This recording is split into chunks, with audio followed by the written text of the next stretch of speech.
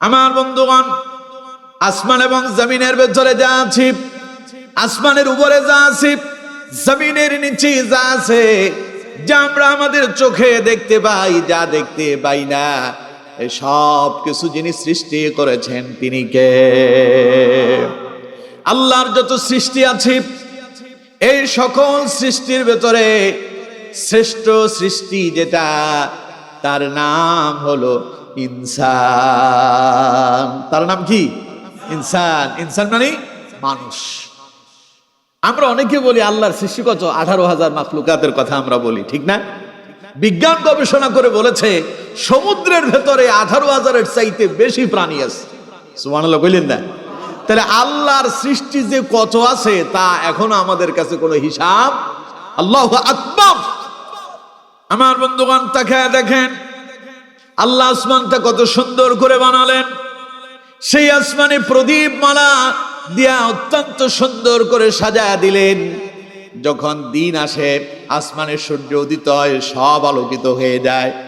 আবার সন্ধ্যাবেলায় সে সূর্য ডুবে যায়, আসমানে চন্দ্র উদিত হয়, চাঁদ এসে যায়।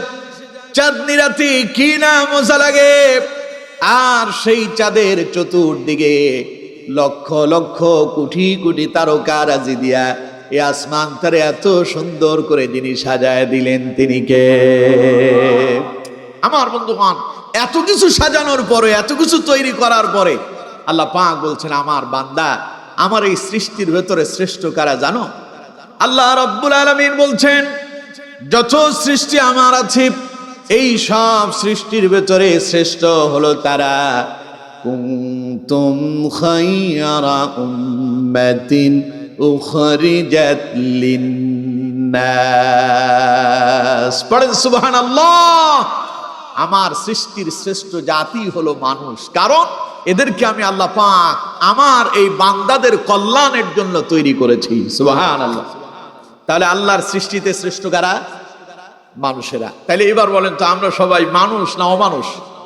আমরা সবাই কি মানুষ? আমাদেরকে যিনি মানুষ হিসেবে সৃষ্টি করেছেন তিনি কে? আচ্ছা, এবার পঞ্চ আসমান যে আল্লাহ সৃষ্টি করছে, এটা কি খামোখা নাজিল করছে? কথা কয় না, খামোখা। আল্লাহ রাব্বুল আলামিন বলছেন, হুয়াল্লাযী জাআলাশ শামসা দিয়াআন ওয়াল কামারা নূরান وقدره منازل لتعلموا عدد السنين والحساب। পড়েন আল্লাহু আকবার। আল্লাহ পাক বলছেন, হুয়াল্লাযী জাআলাশ শামসা দিয়াআন ওয়াল কামারা নূরান। আমি আসমানে একটা সূর্য তৈরি করেছি, পাশাপাশি আরেকটা চন্দ্র তৈরি করছি, এবং ওয়াল কামারা নূরান ওয়া কদ্দারাহু মানাজিলা লিতা'লামু আদাদাস সিনিনা ওয়াল হিসাব। সেই চন্দ্রটাকে, সেই চাঁদটাকে তার নির্দিষ্ট কক্ষপথে তাকে অতিবাহিত করার জন্য আমি আল্লাহ পাক তার জন্য মঞ্জিল তৈরি করেছি, ঠিকানা তৈরি করেছি। এই রকম সূর্য অথবা চন্দ্র, বিশেষ করে আসমানে যে আমরা আপনার চাঁদ দেখি, এই চাঁদটা 30টা অথবা 29টা, কেউ বলেছেন 28টা পর্যন্ত এই চাঁদের জন্য আল্লাহ তাআলা কক্ষপথ তৈরি করেছেন, রাস্তা তৈরি করেছেন। প্রথম দিন যেই রাস্তাতে এই চন্দ্রটা অর্থাৎ এই চাঁদটা উদিত হয়, প্রথম রাস্তায় যখন সে আসে তখন খুব সরু থাকে। প্রথম দিন যখন আমরা চাঁদটাকে দেখি, এটাকে খুব বড় সড়ো হয়ে উঠে নাকি? কথা কয় না, খুব বড় উঠে, খালি চোখে তেমন একটা ঠিক মতো দেখাও যায় না। প্রথম দিনের চাঁদ দেখার জন্য হেলাল কমিটি আছে বাংলাদেশে, তারা খুঁজে দেখে আসমানের চাঁদ দেখা গেল কিনা, কারণ সামনে রোজা ধরতে হবে, আবার রোজা ছাড়তে হবে। রাসূল বলেছেন, চাঁদ দেখে রোজা ধরো, চাঁদ দেখে রোজা ছাড়ো। সেই আসমানে আল্লাহ তাআলা একটা চন্দ্র দিলেন, চাঁদ দিলেন, তার জন্য আল্লাহ তাআলা রাস্তা তৈরি করলেন।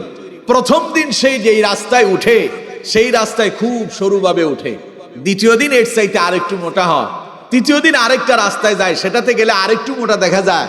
এইভাবে যেতে যেতে যখন 14তম রাস্তায় যখন সেই যায়, তখন সেই পরিপূর্ণ আকারে সেই তার আত্মপ্রকাশ ঘটায়, ঠিক কিনা?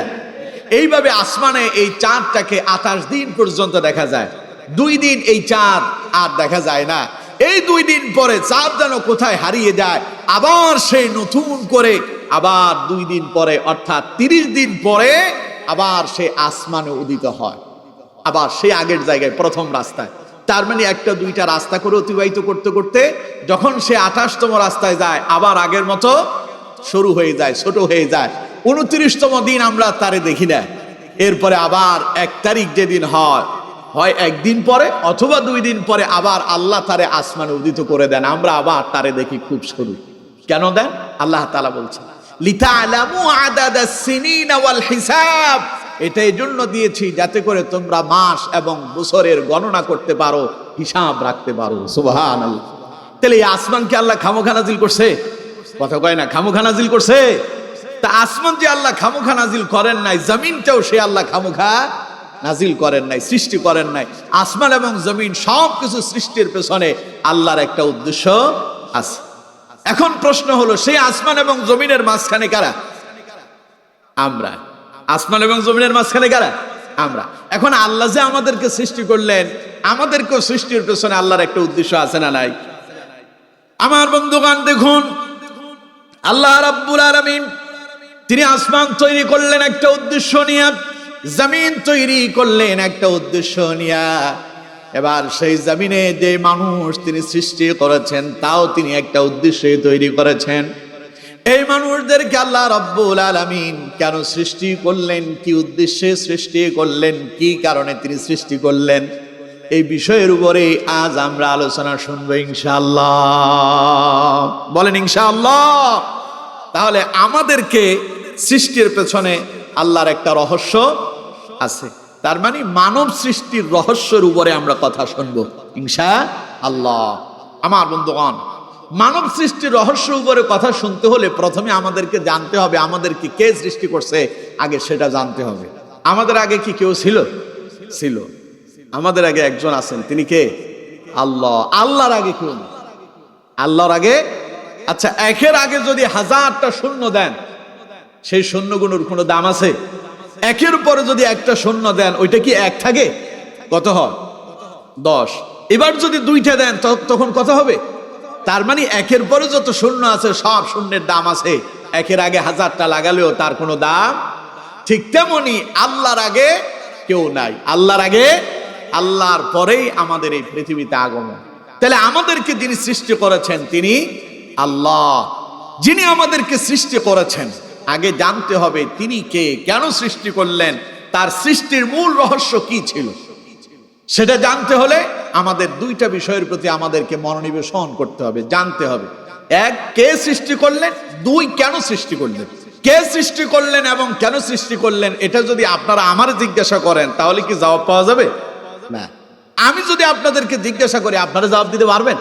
পারবেন না। তাহলে জিজ্ঞাসা করতে হবে কাকে? আল্লাহকে। কাকে? এখন আমরা কি ডাইরেক্ট আল্লাহর কাছে কল দিতে পারবো মোবাইলে? এখান থেকে আপনার ছেলে থাকে আমেরিকায়, আপনি চাইলে মোবাইলে বাটনে তার একটা মোবাইল নাম্বার আছে, সেটা প্রেস করেন, কল দেন, দেখবেন চলে যাবে, ছেলের সঙ্গে আপনি কথা বলতে পারবেন, চাইলে ভিডিও কলে তারে দেখতেও পারবেন। কিন্তু আল্লাহরে কি দেখা যায়? কথা বলে না কেন? আল্লাহরে দেখা যায়? আল্লাহর কথা শোনা যায়? শোনা যায়। তবে আল্লাহর কথা পৃথিবীতে বিচরণ করছে। সুবহানাল্লাহ কোন? সেটা কিসের মাধ্যমে? কোরআনের মাধ্যমে। সুবহানাল্লাহ কোন? এই কোরআনের প্রত্যেকটা কথা কার? এজন্য আল্লাহ তাআলা কোরআন সম্পর্কে বলেছেন যালিকাল কিতাব লা রাইবা ফি, এটা এমন এক কিতাব যাতে ভুল থাকা তো পরের কথা, এতে সন্দেহ পর্যন্ত নাই। সুবহানাল্লাহ কোন? কারণ আল্লাহর কথা কখনো ভুল হতে, আল্লাহর কথায় কোনো ভুল থাকতে পারে? আল্লাহ হলেন বিশুদ্ধ, এজন্য আল্লাহর কথাও বিশুদ্ধ, সহিহ, আল্লাহর কথায় কোনো ভুল নাই। আমার বন্ধুগণ, তাহলে এবার আমাদেরকে কে সৃষ্টি করলেন জানতে হলে কোরআনের কাছে প্রশ্ন করতে হবে। কারণ কোরআনুল কারীমের ভেতরে আল্লাহ রাব্বুল আলামিন মানব জাতির জন্য তার জীবনে যা যা প্রয়োজন, একেবারে তার রান্নাঘর থেকে শুরু করে বঙ্গভবন পর্যন্ত, পরিবার থেকে শুরু করে রাষ্ট্র পর্যন্ত, এমন কোন জায়গা নাই, এমন কোন বিষয় নাই যে বিষয় সম্পর্কে আল্লাহ কোরআনুল কারীমে আলোচনা করেন নাই। আল্লাহ রাব্বুল আলামিন বলছেন ওয়ানাজ্জালনা আলাইকাল কিতাবা তিবয়ানাল লিকুল্লি শাইইন ওয়া হুদাও ورحمة وبشرى للمسلمين পড়েন আল্লাহু আকবার।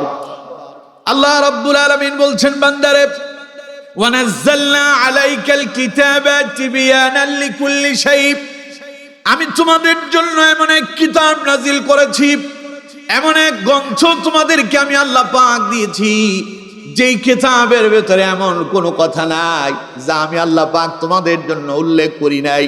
তোমাদের জীবনের প্রয়োজনীয় সমস্ত কথাগুলো আমি কোরআনুল কারীমের ভেতরে তোমাদের জন্য আমি নোট আর কোড করে দিয়েছি। পড়েন সুবহানাল্লাহ। তাহলে এবার যেহেতু আল্লাহ বলছেন কোরআনে সব কথা আছে, কোরআনকে প্রশ্ন করি, কোরআন বলো তো দেখি কে আমাদেরকে সৃষ্টি করেছে? কোরআন জবাব দেবে কিনা? কোরআন খুলে ফেলেন, কোরআনকে প্রশ্ন করেন, কোরআন কে আমাদেরকে সৃষ্টি করেছে? এই ব্যাপারে তোমার কাছে যদি কোনো তথ্য থাকে তাহলে তুমি আমাদেরকে জানাও।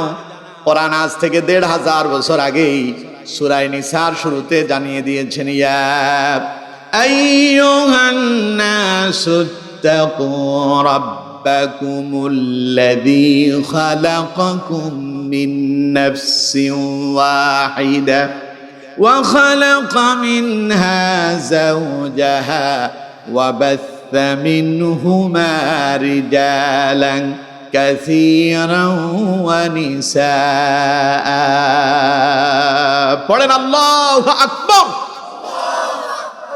আমার বন্ধুগণ, কোরআনকে প্রশ্ন করলাম, কোরআন যে বলো তো দেখি এই মানুষগুলোরে কে সৃষ্টি করলো?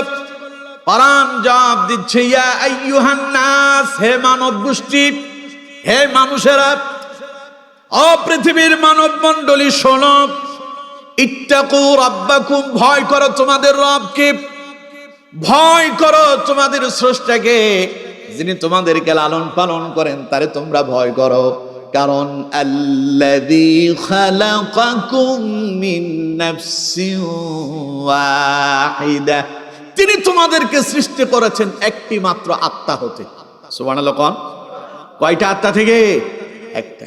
সেই একটা আত্মার নাম হযরত আদম আলাইহিস সালাতু ওয়াস সালাম। সুবহানাল্লাহ। কোন সর্বপ্রথম আল্লাহ তাআলা সৃষ্টি করেছেন হযরত আদম আলাইহিস সালামকে। এই মানব গোষ্ঠীর ব্যাপারে আলোচনা করতেছি। হযরত আদম আলাইহিস সালামকে সৃষ্টি করার পরে আল্লাহ পাক বলছেন, ওয়া খালাকা মিনহা যাওজাহা, আমি আদম থেকে আদমের স্ত্রীকে তৈরি করেছি।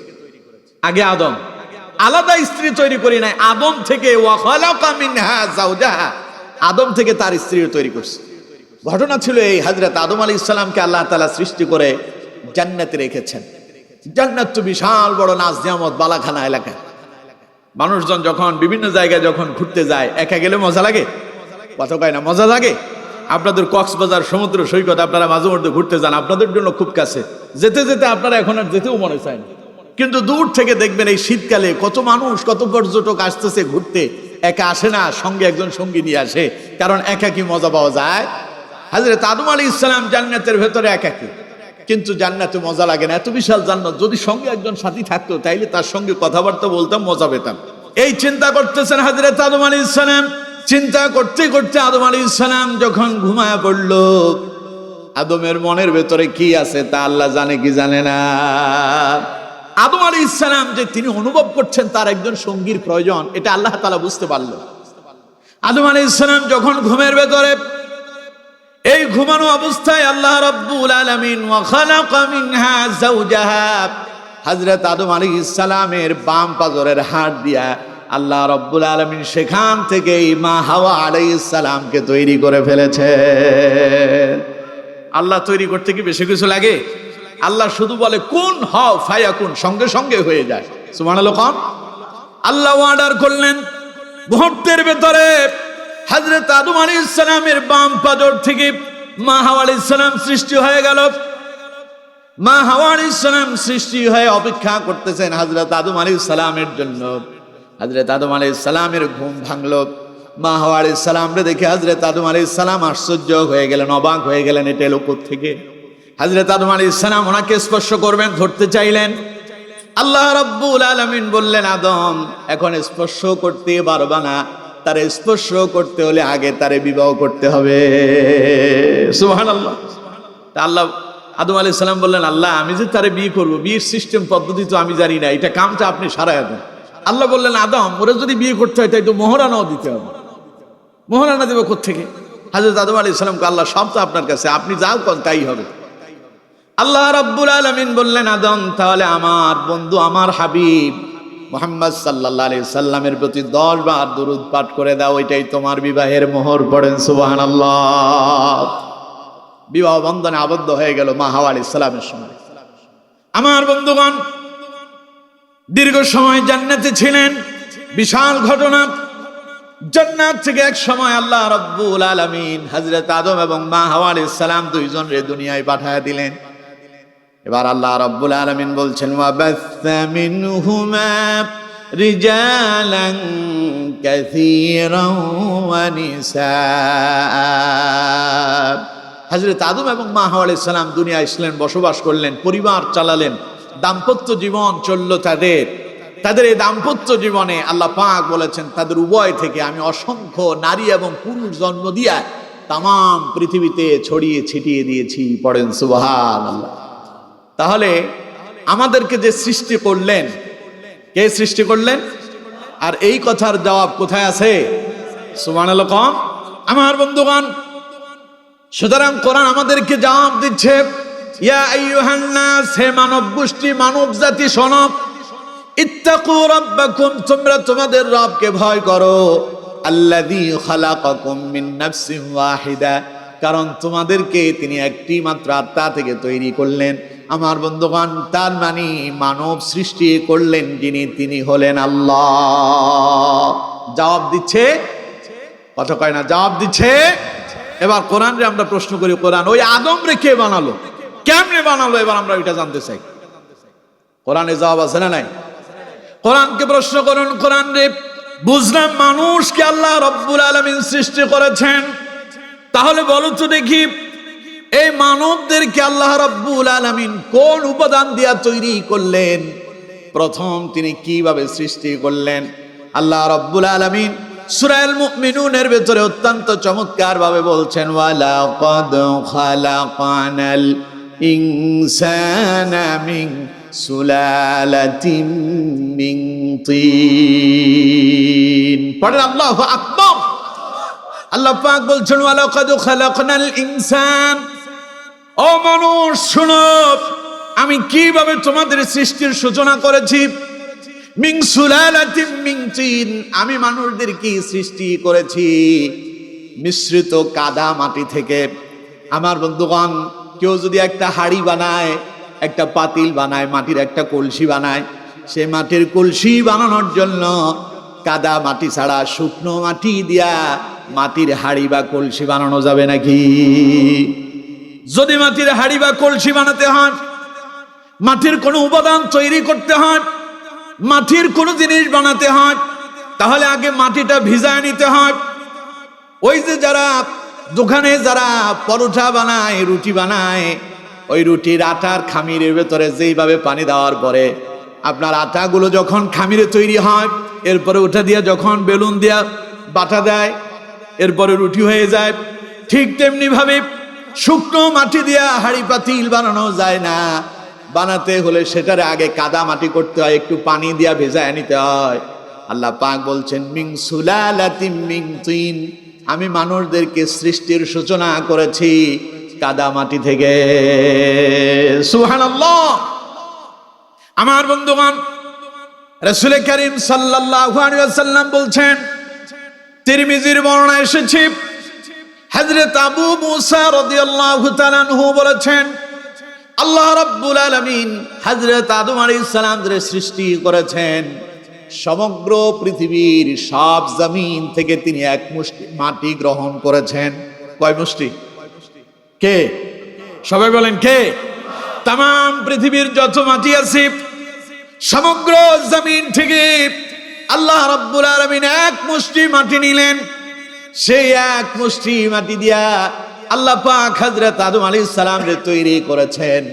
হযরত আবু সাঈদ রাদিয়াল্লাহু তাআলা, আবু মুসা আশআরী রাদিয়াল্লাহু তাআলা আনহু বলেছেন, রাসূলুল্লাহ বলেন, এই জন্য এক এক দেশের মানুষের কালারও হয় এক এক রকমের। সব জায়গার মাটি কি এক রকমের? কথা বলে না কেন? এক রকমের মাটি।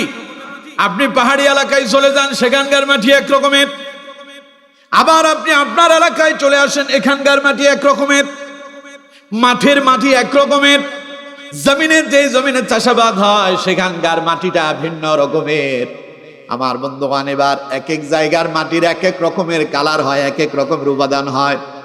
হযরত আবু মুসা রাদিয়াল্লাহু তাআলা আনহু বলেছেন, রাসূলুল্লাহ বলেন, আল্লাহ পাক হযরত আদম আলাইহিস সালামকে এক মুষ্টি মাটি দিয়া তৈরি করলেন, আর সেই মাটিটা পৃথিবীর সব জায়গা থেকে আল্লাহ পাক সংগ্রহ করলেন। এই জন্য পৃথিবীর কোন মানুষ হয় সাদা, কেউ হয় কালো, কেউ হয় লাল বর্ণের, আবার কেউ হয় বাদামি বর্ণের। আবার এক এক জায়গার মানুষের এক এক রকমের কালার।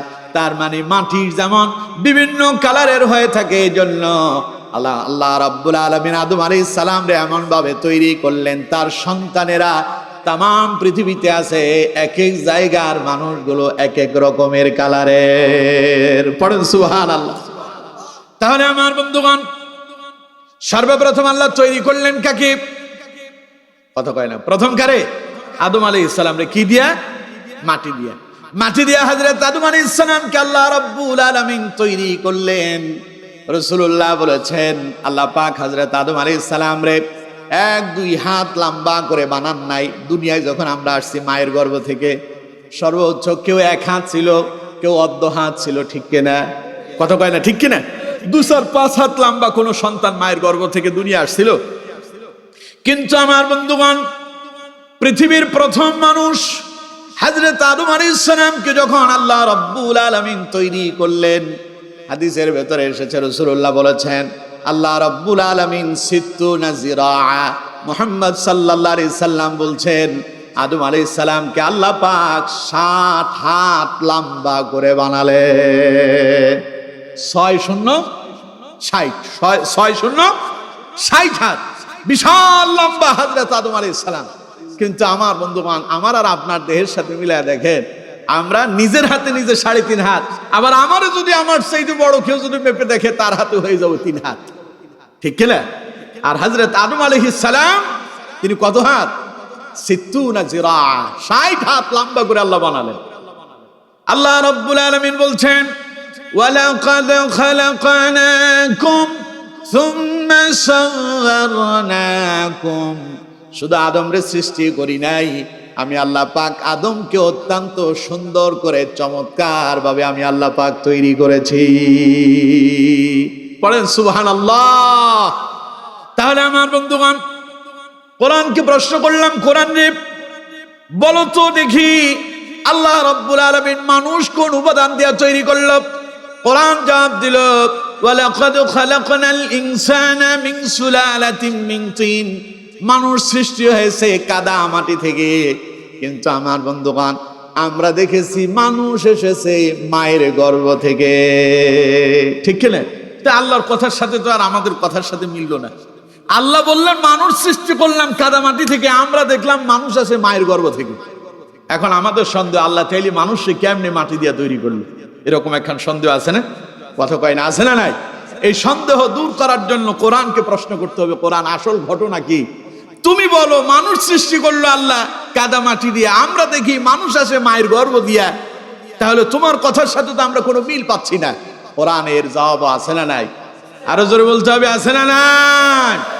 আমার বন্ধুগণ দেখুন, আল্লাহ রাব্বুল আলামিন হযরত আদম আলাইহিস সালামকে সৃষ্টি করলেন। যতদিন হযরত আদম আলাইহিস সালাম জান্নাতে ছিলেন, ততদিন তার কোনো সন্তান আদি ছিল না। হযরত আদম আলাইহিস সালাম দুনিয়া এলেন। দুনিয়া আসার পরে 300 থেকে 350 বছর পর্যন্ত স্বামী স্ত্রী 2 জন আলাদা ছিলেন, কেউ কারো দেখা পান নাই। 300-350 বছর পরে 2 জনের সাক্ষাৎ হলো। সাক্ষাতের পরে তারা আল্লাহর দরবারে দোয়া করলেন, পূর্বের যে জান্নাত থেকে তারা বিতাড়িত হয়েছেন, আল্লাহ যে তাদেরকে দুনিয়ায় পাঠায়া দিয়েছেন, এই বিষয় সম্পর্কে হযরত আদম এবং মা হাওয়া আলাইহিস সালাম 2 জন আল্লাহর কাছে অনুনয় বিনয় করে তওবা করলেন, বললেন, রব্বানা যালামনা আনফুসানা ওয়া ইল্লাম তাগফির লানা ওয়া তারহামনা লানাকুনান্না মিনাল খাসিরিন। আল্লাহ পাক বলেন ক্বালা, আদম আর হাওয়া বলল, রব্বানা, হে আমাদের প্রতিপালক, যালামনা, আমরা নিজেদের উপরে জুলুম করেছি, আনফুসানা, নিজেদের নফসের উপরে, ওয়া ইল্লাম তাগফির লানা, আপনি আমাদেরকে ক্ষমা করে দেন, ওয়া তারহামনা, আমাদের প্রতি অনুগ্রহ করেন, লানাকুনান্না মিনাল খাসিরিন, যদি আপনি দয়া করে আমাদেরকে মাফ না করেন তাহলে আমরা ক্ষতিগ্রস্ত হয়ে যাব। আল্লাহ রাব্বুল আলামিন জবাব দিলেন, ফাতালাক্কা আদামু মির রাব্বিহি কালিমাতিন ফাতাবা আলাইহি ইন্নাহু হুয়াত তাওয়াবুর রহিম। পড়েন আল্লাহু আকবার। আদম যখন বলল, হে আমার রব, আমরা নিজেদের উপর জুলুম করছি, অন্যায় করছি, আপনি আমাদেরকে মাফ করে দেন, দয়া করে মাফ করেন, না আমরা ক্ষতিগ্রস্ত হব। আল্লাহ পাক বলেন, তখন আদমের এই কথাগুলো বলার পরে ফাতাবা আলাইহি, আমি তার তাওবাটারে, তার দোয়াটারে মঞ্জুর করেছি। পড়েন সুবহানাল্লাহ। এবার দুনিয়া আসার পরে দুইজন তাদের সুখের সংসার শুরু করলেন। স্বামী স্ত্রী দুইজন একসাথে প্রাইভেট সময় অতিবাহিত করছেন, গোপনীয় সময়, একান্তে ভালোবাসা, প্রেম নিবেদন করছেন। তার মধ্য দিয়ে হযরত আদম আলাইহিস সালাম এবং মা হাওয়া আলাইহিস সালাম কনসেপ্ট হচ্ছেন, সন্তান গর্ভে ধারণ করতেছেন। একটা দুইটা নয়, হযরত মা হাওয়া আলাইহিস সালাম অর্থাৎ আদম আলাইহিস সালামের সন্তান দুনিয়ায় আসছিল 50 জোড়া। একটা 50 জোড়ায় কত হয়? 100। আর একটা আলাদা এসেছেন, তখন তিনি হচ্ছেন হযরত শীশ আলাইহিস সালাম, পরবর্তী নবী ছিলেন। হযরত আদম আলাইহিস সালামের চাইলে সন্তান ছিল কত? আর আমাদের দেশে কয় একটা সন্তানের বেশি নয়, কয় দুইটা সন্তানের বেশি নয়, একটা হইলে ভালো হয়। আর হযরত আদম আলাইহিস সালাম 101টা সন্তান জন্ম দিয়েছে, না খায় মরছে। না কথা কয় না, না খায় মরছে। দুনিয়াতে আমরা যারা এসেছি, আমাদের রিজিকের বন্দোবস্ত কে করেছেন? মায়ের গর্ভে থাকাকালীন সময় আমাদের রিজিকের বরাদ্দ হয়ে গিয়েছে। সুতরাং আপনি রিজিক নিয়ে টেনশনের প্রয়োজন নাই। আপনার আল্লাহ পাক বলেছেন, দুনিয়ায় সবর করো, ঘুরতে থাকো, খুঁজতে থাকো। ফাইদা কুদিয়াতিস সালাতু ফান্তাশিরু ফিল আরদি ওয়াবতাগু মিন ফাদলিল্লাহ ওয়াযকুরুল্লাহা কাসীরান লাআল্লাকুম তুফলিহুন। পড়েন আল্লাহু আকবার। আল্লাহ বলছেন, ফাইদা কুদিয়াতিস সালাহ, যখন তুমি নামাজ থেকে ফারিগ হবে, ফান্তাশিরু ফিল আরদ, জমিনে ছড়িয়ে পড়ো, ওয়াবতাগু মিন ফাদলিল্লাহ, তোমার রিজিক অন্বেষণ করো, আল্লাহর কাছে চাও। সুবহানাল্লাহ। কোন তাহলে রিজিক আছে জমিনে, দিয়েছেন কে? সুতরাং সন্তান বেশি হইলে যে না খায় মরবে এমন কোনো কথা নাই। বাংলাদেশ মানচিত্র খুবই ছোট, ছোট্ট এই মানচিত্রের ভেতরে মানুষ আছে কত কোটি? প্রায় 18 কোটি। এই 18 কোটি মানুষ এই ছোট্ট মানচিত্রের ভিতরে থাকতে গিয়া না খায় মরতেছে। কথা কয় না, না খায় মরতেছে। খাবার কে দেন? হযরত আদম আলাইহিস সালাম দুনিয়ায় সন্তান জন্ম দিলেন। 101টা সন্তান এলো। প্রত্যেকবার যখনই মা হাওয়া আলাইহিস সালাম কনসেপ্ট করলেন, গর্ভধারণ করলেন, এক জোড়া সন্তান তিনি গর্ভধারণ করেছেন, একটা ছেলে একটা মেয়ে, একটা ছেলে, এইভাবে 50 জোড়া পর্যন্ত তিনি গর্ভধারণ করলেন। পরবর্তীতে একটা সন্তান শুধু আলাদা জন্মগ্রহণ করেছেন, তিনি হলেন হযরত শীশ আলাইহিস সালাম। এখন আল্লাহ রাব্বুল আলামিন বললেন, আমি মানুষ সৃষ্টি করলাম কাদা মাটি দিয়ে, কিন্তু আমরা দেখলাম হযরত আদম আলাইহিস সালাম দুনিয়া আসার পরে সংসার জীবন শুরু করলেন। মা হাওয়া আলাইহিস সালাম সন্তান গর্ভধারণ করতেছে, সন্তান দুনিয়া আসতেছে। তাহলে আল্লাহ যে বললেন মাটি দিয়া বানালেন, আমরা দেখি মানুষ মায়ের গর্ভ থেকে আসে। ঘটনা কি? এই প্রসঙ্গে বিজ্ঞান বলছে, আমার বন্ধুগণ, সমগ্র পৃথিবীতে মানুষ যে খাদ্য খায়, আপনারা যে চাউল খান, আপনারা যে গম খান, আটা খান, আপেল খান, মালটা খান, লেবু খান, কমলা খান, আপনাদের যত খাবার আছে এই খাবারগুলো উৎপাদন হয় কোথায়? কথা কয় না, কোথায়? আপনি একটা পেয়ারা গাছ লাগালেন, ওই পেয়ারা গাছ লাগাতে গিয়া গোটা একটা পেয়ারার প্রয়োজন পড়ে নাই। শুধুমাত্র একটা পেয়ারার ভেতরে হাজার হাজার বিচি ছিল, সেখান থেকে একটা বিচি যখন জমিনে পড়লো, জমিনে পড়ার পরে জমিন থেকে ওই বিচিটা তার নিজের খাবার গ্রহণ করলো, শক্তি সঞ্চয় করলো, তাহলে কন্ত জমিনে আছে কি? মাটি। জমিনে আছে কি? এই ছোট্ট বিচিটা মাটি সংগ্রহ করতে থাকলো, মাটি থেকে সেই তার আহার গ্রহণ করলো, খাবার খেলো। এই বিচিটা আর বিচি থাকলো না, ক্রমান্বয়ে তার ভেতরে একটা পরিবর্তন আসতে লাগলো। একটা সময় ওই একটা বিচি একটা গাছই রূপান্তরিত হয়ে গেল। এবার কন্ত দেখি ওই যে বিচিটা জমিন থেকে উঠলো, প্রথমে তার দুইটা পাতা বের হলো, এরপরে কিছুদিন পরে সে একটু লম্বা হয়ে দাঁড়ালো, এরপরে তার ঢাল বের হলো, বিশাল বড় গাছ হয়ে গেল। ওই গাছের ভেতরে একটা শুধুমাত্র একটা পেয়ারার বিচি আসে না শত শত পেয়ারা আসে? জমিনের ভেতরে একটা পেয়ারার বিচি পড়লো, ওই বিচি থেকে গাছ হলো, ওই গাছে আসলো শত শত পেয়ারা। তার মানে মূলটা হলো বিচি। মূলটা কি? মূলটা কি? একটা বিচি থেকে শত শত পেয়ারা, একটা গাছ উঠলো। আদম আলাইহিস সালামকে আল্লাহ পাক প্রথমে মাটি দিয়ে তৈরি করলেন। সে আদম আলাইহিস সালাম থেকে এবার আল্লাহ রাব্বুল আলামিন অসংখ্য মানুষ তিনি সৃষ্টি করলেন। কিভাবে সৃষ্টি করলেন? ওই যে মাটির ভেতর থেকে একটা বিচি পড়লো, কুমড়ার বিচি পড়ুক, ধান পড়ুক, এরপরে গম পড়ুক, যাই পড়ুক না কেন, ওইখান থেকে গাছ উৎপাদন হলো, ওই গাছে ফল এলো, শস্য এলো, আমরা তা সংগ্রহ করলাম, আমরা তা খেলাম। ওই বিচিটা মাটি খেলো, মাটি থেকে গাছ হলো, ওই গাছের ফল আমরা খেলাম। তার মানে ওই গাছের ফল খাওয়ার পরে বিজ্ঞান বলছে মানুষের বীর্য তৈরি হয়, দেহের ভেতরে শুক্রাণু তৈরি হয়। তার মানে ওই শুক্রাণু তৈরি করার জন্য খাদ্যের প্রয়োজন পড়ে, আর ওই খাদ্য তৈরি হওয়ার জন্য মাটির প্রয়োজন পড়ে।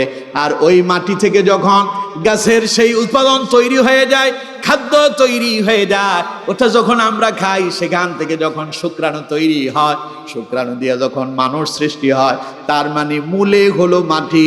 এখান থেকে আমাদের সূচনা। আল্লাহ পাক বলছেন ওয়ালাকাদ খালাকানাল ইনসানা মিন সুলালাতিন মিন তিন। পড়েন আল্লাহু আকবার। আল্লাহ যে বললেন আমি মানুষকে কাদা মাটি থেকে তৈরি করলাম, এতে কোনো ভুল নাই। শুধু আদম আলাইহিস সালামের নয়, সমগ্র পৃথিবীর মানব গোষ্ঠীকে আল্লাহ পাক এই মাটি থেকে সৃষ্টি করেছেন। সুবহানাল্লাহ। প্রথমে তিনি একটা স্ট্রাকচার তৈরি করেছেন আগে। ওই যে বললাম না, একটা বিচি তো মাটিতে আমরা ফেলি, সেখান থেকে গাছ উঠে, এরপরে শত শত আসে। প্রথমে আদম আলাইহিস সালামকে তৈরি করলেন, এরপরে তার থেকে মা হাওয়া আলাইহিস সালামের আবিষ্কার হলো, এরপরে অসংখ্য নারী পুরুষ যিনি সৃষ্টি করলেন তিনি কে? এবার আমার বন্ধুগণ, কোরআনে প্রশ্ন করি, কোরআনে মায়ের গর্ভে আমরা কি করে এসেছি? আমরা যে মায়ের গর্ভে এলাম, আল্লাহ পাক আদমকে যেভাবে মাটি দিয়ে তৈরি করে ডাইরেক্ট জান্নাত থেকে দুনিয়ায় পাঠালো, আমাদেরকে কেন পাঠালো না? আর আমরা কি করে মায়ের গর্ভে গেলাম? মায়ের গর্ভ থেকে আমরা কি করে এলাম? কোরআন আমাদেরকে আজ থেকে ১৫০০ বছর আগে জবাব দিয়ে দিল। সূরা দাহরের শুরুতে আল্লাহ পাক প্রথমেই কোরআন আমাদেরকে মেসেজ দিচ্ছে। আল্লাহ বলছেন, কোরআন মানুষকে শোনায় দাও। হাল আতা আলাল ইনসানি হিনুম মিনাদ দাহরি লাম ইয়াকুন শাইআম মাযকুরা। কোরআন বলছে, এই মানুষ, কিসের বাহাদুরি তোর? তোর ঘাড় অনেক মোটা হয়েছে, বিশাল বড় নেতা তুই, তোর অনেক প্রভাব, তুই কোরআনের বিরুদ্ধে কথা বলছিস, তুই ইসলামের বিরুদ্ধে কথা বলছিস। কোরআন বলছে, শোন মানুষ, তোর সৃষ্টি কি করে হয়েছে? হাল আতা আলাল ইনসান হিনুম মিনাদ দাহরি লাম ইয়াকুন শাইআম মাযকুরা। তোর তো একটা সময় কোনো অস্তিত্বই ছিল না, তোর তো একটা সময় কোনো অস্তিত্ব ছিল না, তোর কোনো নাম নিশানা ছিল না, তোর কোনো পরিচয় ছিল না। শোন, তোরে কি করে সৃষ্টি করা হয়েছে? কোরআন বলছে, ইন্না খালাকানাল ইনসানা মিন নুতফাতিন আমশাজিন নাবতালিহি ফাজআলনাহু সামিআম বাসীরা। আল্লাহু আকবার। আল্লাহ বলছেন, কোরআন শোনায় দাও মানুষকে, ও তো কিছুই ছিল না, ওর কোনো হাত পা কর্ণ নাসিকা কিছুই ছিল না, ও তো ছিল তার পিতার পৃষ্ঠদেশের শুক্রকীট। ও একটা বিন্দু ছিল মাত্র। বিন্দু চেনেন তো? বিন্দু চেনেন? বয়ের নিচে যখন একটা বিন্দু দেওয়া হয় ওটারে কি কয়? র হয়। এই বিন্দু ছিলাম আমরা। আচ্ছা, যদি বয়ের নিচে র না দিয়া এই বিন্দুটা যদি খাতার ভেতরে হাজার লক্ষটা দেওয়া হয়, এই বিন্দুর কোনো দাম আছে? এর কোনো নাম আছে? এর কোনো নাম আছে? যতক্ষণ পর্যন্ত সেটা বয়ের নিচে, যে আপনারা তাফসীরুল কোরআন মাহফিল লিখেছেন, যতক্ষণ পর্যন্ত ভয়ের নিচে এই র লেখা না হলো, নোক্তা এটা বিন্দুটা দেওয়া না হলো, ততক্ষণ পর্যন্ত এর কোনো দাম ছিল না। এরকম হাজারটা এখানে পড়ে থাকলে এর কোনো নামই নাই। আল্লাহ রাব্বুল আলামিন বলছেন, ইন্না খালাকনাল ইনসানা মিন নুতফা, আমি তো তোমার সৃষ্টি করেছি একটা মাত্র শুক্রবিন্দু থেকে। আমি তোমার একটা শুক্র কীট থেকে তৈরি করেছি। তোমার কোনো অস্তিত্ব ছিল না, তোমার কোনো নাম নিশানা ছিল না, তোমার কোনো পরিচয় ছিল না, তোমার কোনো হাত পা কর্ণ নাসিকা কিছুই ছিল না। উল্লেখযোগ্য কোনো বস্তুতেই তোমাকে পরিগণিত করা যেত না। বিজ্ঞান বলছে, মানুষ বলে মিন নুতফা মানে এক ফোঁটা নাপাক পানি। সারা জীবন আমরা শুনেছি, অসংখ্য আলেমেরা বলেছেন আল্লাহ রাব্বুল আলামিন এক ফোঁটা নাপাক পানি থেকে আমাদেরকে সৃষ্টি করেছেন। এমন কথা মনে আপনারা শুনেন নাই? আপনারা শুনছেন? এই বক্তব্য আমরাও সারা জীবন শুনছি, কিন্তু বিজ্ঞান বলছে না, শোনাটা ভুল। নুতফা মানে ফোঁটা নয়, নুতফা মানে শুক্র। নুতফা মানে কি? শুক্র। এই শুক্র কি? এক ফোঁটা পিতার বীর্য, এক ফোঁটা প্রথম যে বীর্য থেকে মানুষ তৈরি হয়, ওই এক ফোঁটা বীর্যের ভেতরে কয়েক লক্ষ শুক্রাণু থাকে। সেই কয়েক লক্ষ শুক্রাণু মানে কয়েক লক্ষ মানুষের আত্মা। আল্লাহ তাআলা সেখান থেকে একটা মাত্র শুক্রাণুকে সিলেকশন করেন, আল্লাহ একটাকে নির্বাচন করেন, সেটাকে ধরে মায়ের ডিম্বাণুর সঙ্গে ওটাকে অ্যাটাচ করে দেন। আমসাজ দুটোকে একসাথ করে দেওয়া হয়। বাবার পৃষ্ঠদেশ থেকে বেরিয়ে আসা, পিতার পৃষ্ঠদেশ থেকে বেরিয়ে আসা শুক্রাণু, মায়ের ডিম্বাণু দুটো যখন একত্রিত হয়ে যায়, আল্লাহ পাক বলেন এই দুইটার সংমিশ্রণে আমি আল্লাহ তোমাদেরকে সৃষ্টি করেছি। সুবহানাল্লাহ। আর সেই শুক্রাণু তৈরি হয়েছে কোথা থেকে? ওই যে খাদ্য গ্রহণ করছিলাম আমরা, খাবার খেয়েছিলাম, আর সেটা কোথা থেকে আলো? মাটি থেকে। মাটি থেকে এলো সেই খাদ্য, তৈরি হলো, খেলাম আমরা। পিতার পৃষ্ঠদেশে সেই শুক্রাণু তৈরি হয়েছে। এরপরে মায়ের ডিম্বাণুতে আল্লাহ তাআলা এইরকম শুক্রাণু দিয়েছেন। দুটার সংমিশ্রণ যখন হলো, এরপরে আমাদের সৃষ্টি হলো। কিভাবে হয়েছে এবার আল্লাহর থেকে শোনো। আল্লাহ রাব্বুল আলামিন বলছেন, সুম্মা জাআলনাহু নুতফাতান ফী ক্বারারিম মাকিন। তোমার পিতার পৃষ্ঠদেশ থেকে যে শুক্রাণুটা এসে তোমার মায়ের ডিম্বাণুর সঙ্গে ধাক্কা লেগেছিল, আমি আল্লাহ পাক ওটারে ধরলাম, ওই ছোট্ট বিন্দুটারে ধরলাম। এক ফোঁটা পানির ভেতরে যদি 1 লক্ষ শুক্রাণু ধরেন, সে 1 লক্ষ শুক্রাণুর হিসাব করলে পরে এক ফোঁটার ভেতরে ওর অস্তিত্বই খুঁজে পাওয়া যাবে না। ঠিক কিনা? এক ফোঁটারে যদি, 1 ফোঁটা পানিরে যদি আপনি 1 লক্ষ ভাগ করেন, ওইটা খুঁজেই পাওয়া যাবে। এজন্য আল্লাহ বলছেন, হাল আতা আলাল ইনসানি হিনুম মিনাদ দাহরি লাম ইয়াকুন শাইআম মাযকুরা। মানুষের জীবনে এমন এক সময় অতিবাহিত হয়েছিল যখন সে উল্লেখযোগ্য কোনো বস্তুতেই পরিগণিত হতো না। 1 ফোঁটারে 1 লক্ষ ভাগ করলে তো ওর অস্তিত্বই থাকে না। আল্লাহ বললেন, সেই একটা শুক্রাণুকে আমি ধরলাম, সুম্মা জাআলনাহু নুতফা, অতঃপর সেটাকে আমি ধরে ফি ক্বারারিন মাকিন, মায়ের গর্ভের ভেতরে অত্যন্ত সুরক্ষিত একটি জায়গার ভেতরে আমি আল্লাহ রাব্বুল আলামিন ওটাকে নিরাপদে সেখানে রেখে দিলাম। যোগ ছিলেন তো? যোগ ছিলেন? বর্ষাকালে যখন জমিনে কাজ করেন, দেখবেন মাঝে মধ্যে আপনার অজান্তে আপনার চোখে ধরছে। চোখে যখন ধরে ওটা কিন্তু বিশাল বড় থাকে না, ওটা দেখাই যায় না যে আপনারা যে কামড়ায় ধরছে, আপনি বুঝতেই পারতেছেন না। এই যোগ যখন আপনার কামড়ায় ধরলো, ধরার পরে কিছুক্ষণ পরে আস্তে আস্তে সে আপনার শরীর থেকে রক্ত চুষতে শুরু করে দেয়। এই রক্ত খেতে খেতে আস্তে আস্তে সেই বড় হয়ে যায়। একটা সময় সেই যখন আপনার শরীর থেকে যখন সরে যায়, আপনাকে ছেড়ে দেয়, তখন বোঝা যায় যে আপনারও চোখে ধরছে। ঠিক কিনা? এই যে ছোট্ট যোগটা আপনার শরীরে কামড় দিয়ে বসে থাকে, আপনার রক্ত চুষতে থাকে, এই রক্ত চুষতে চুষতে একটা সময় সেই বড় হয়ে যায়। তখন তারে দেখলে আমরা বুঝতে পারি এটা যোগ। আল্লাহ রাব্বুল আলামিন বলছেন, ثم جعلناه نطفة في قرار مكين। আমি তোমার মায়ের গর্ভের ভিতরে তোমার ওই শুক্রাণুটাকেই ধরেছিলাম, যেটা তোমার পিতার পৃষ্ঠদেশ থেকে এসেছিল।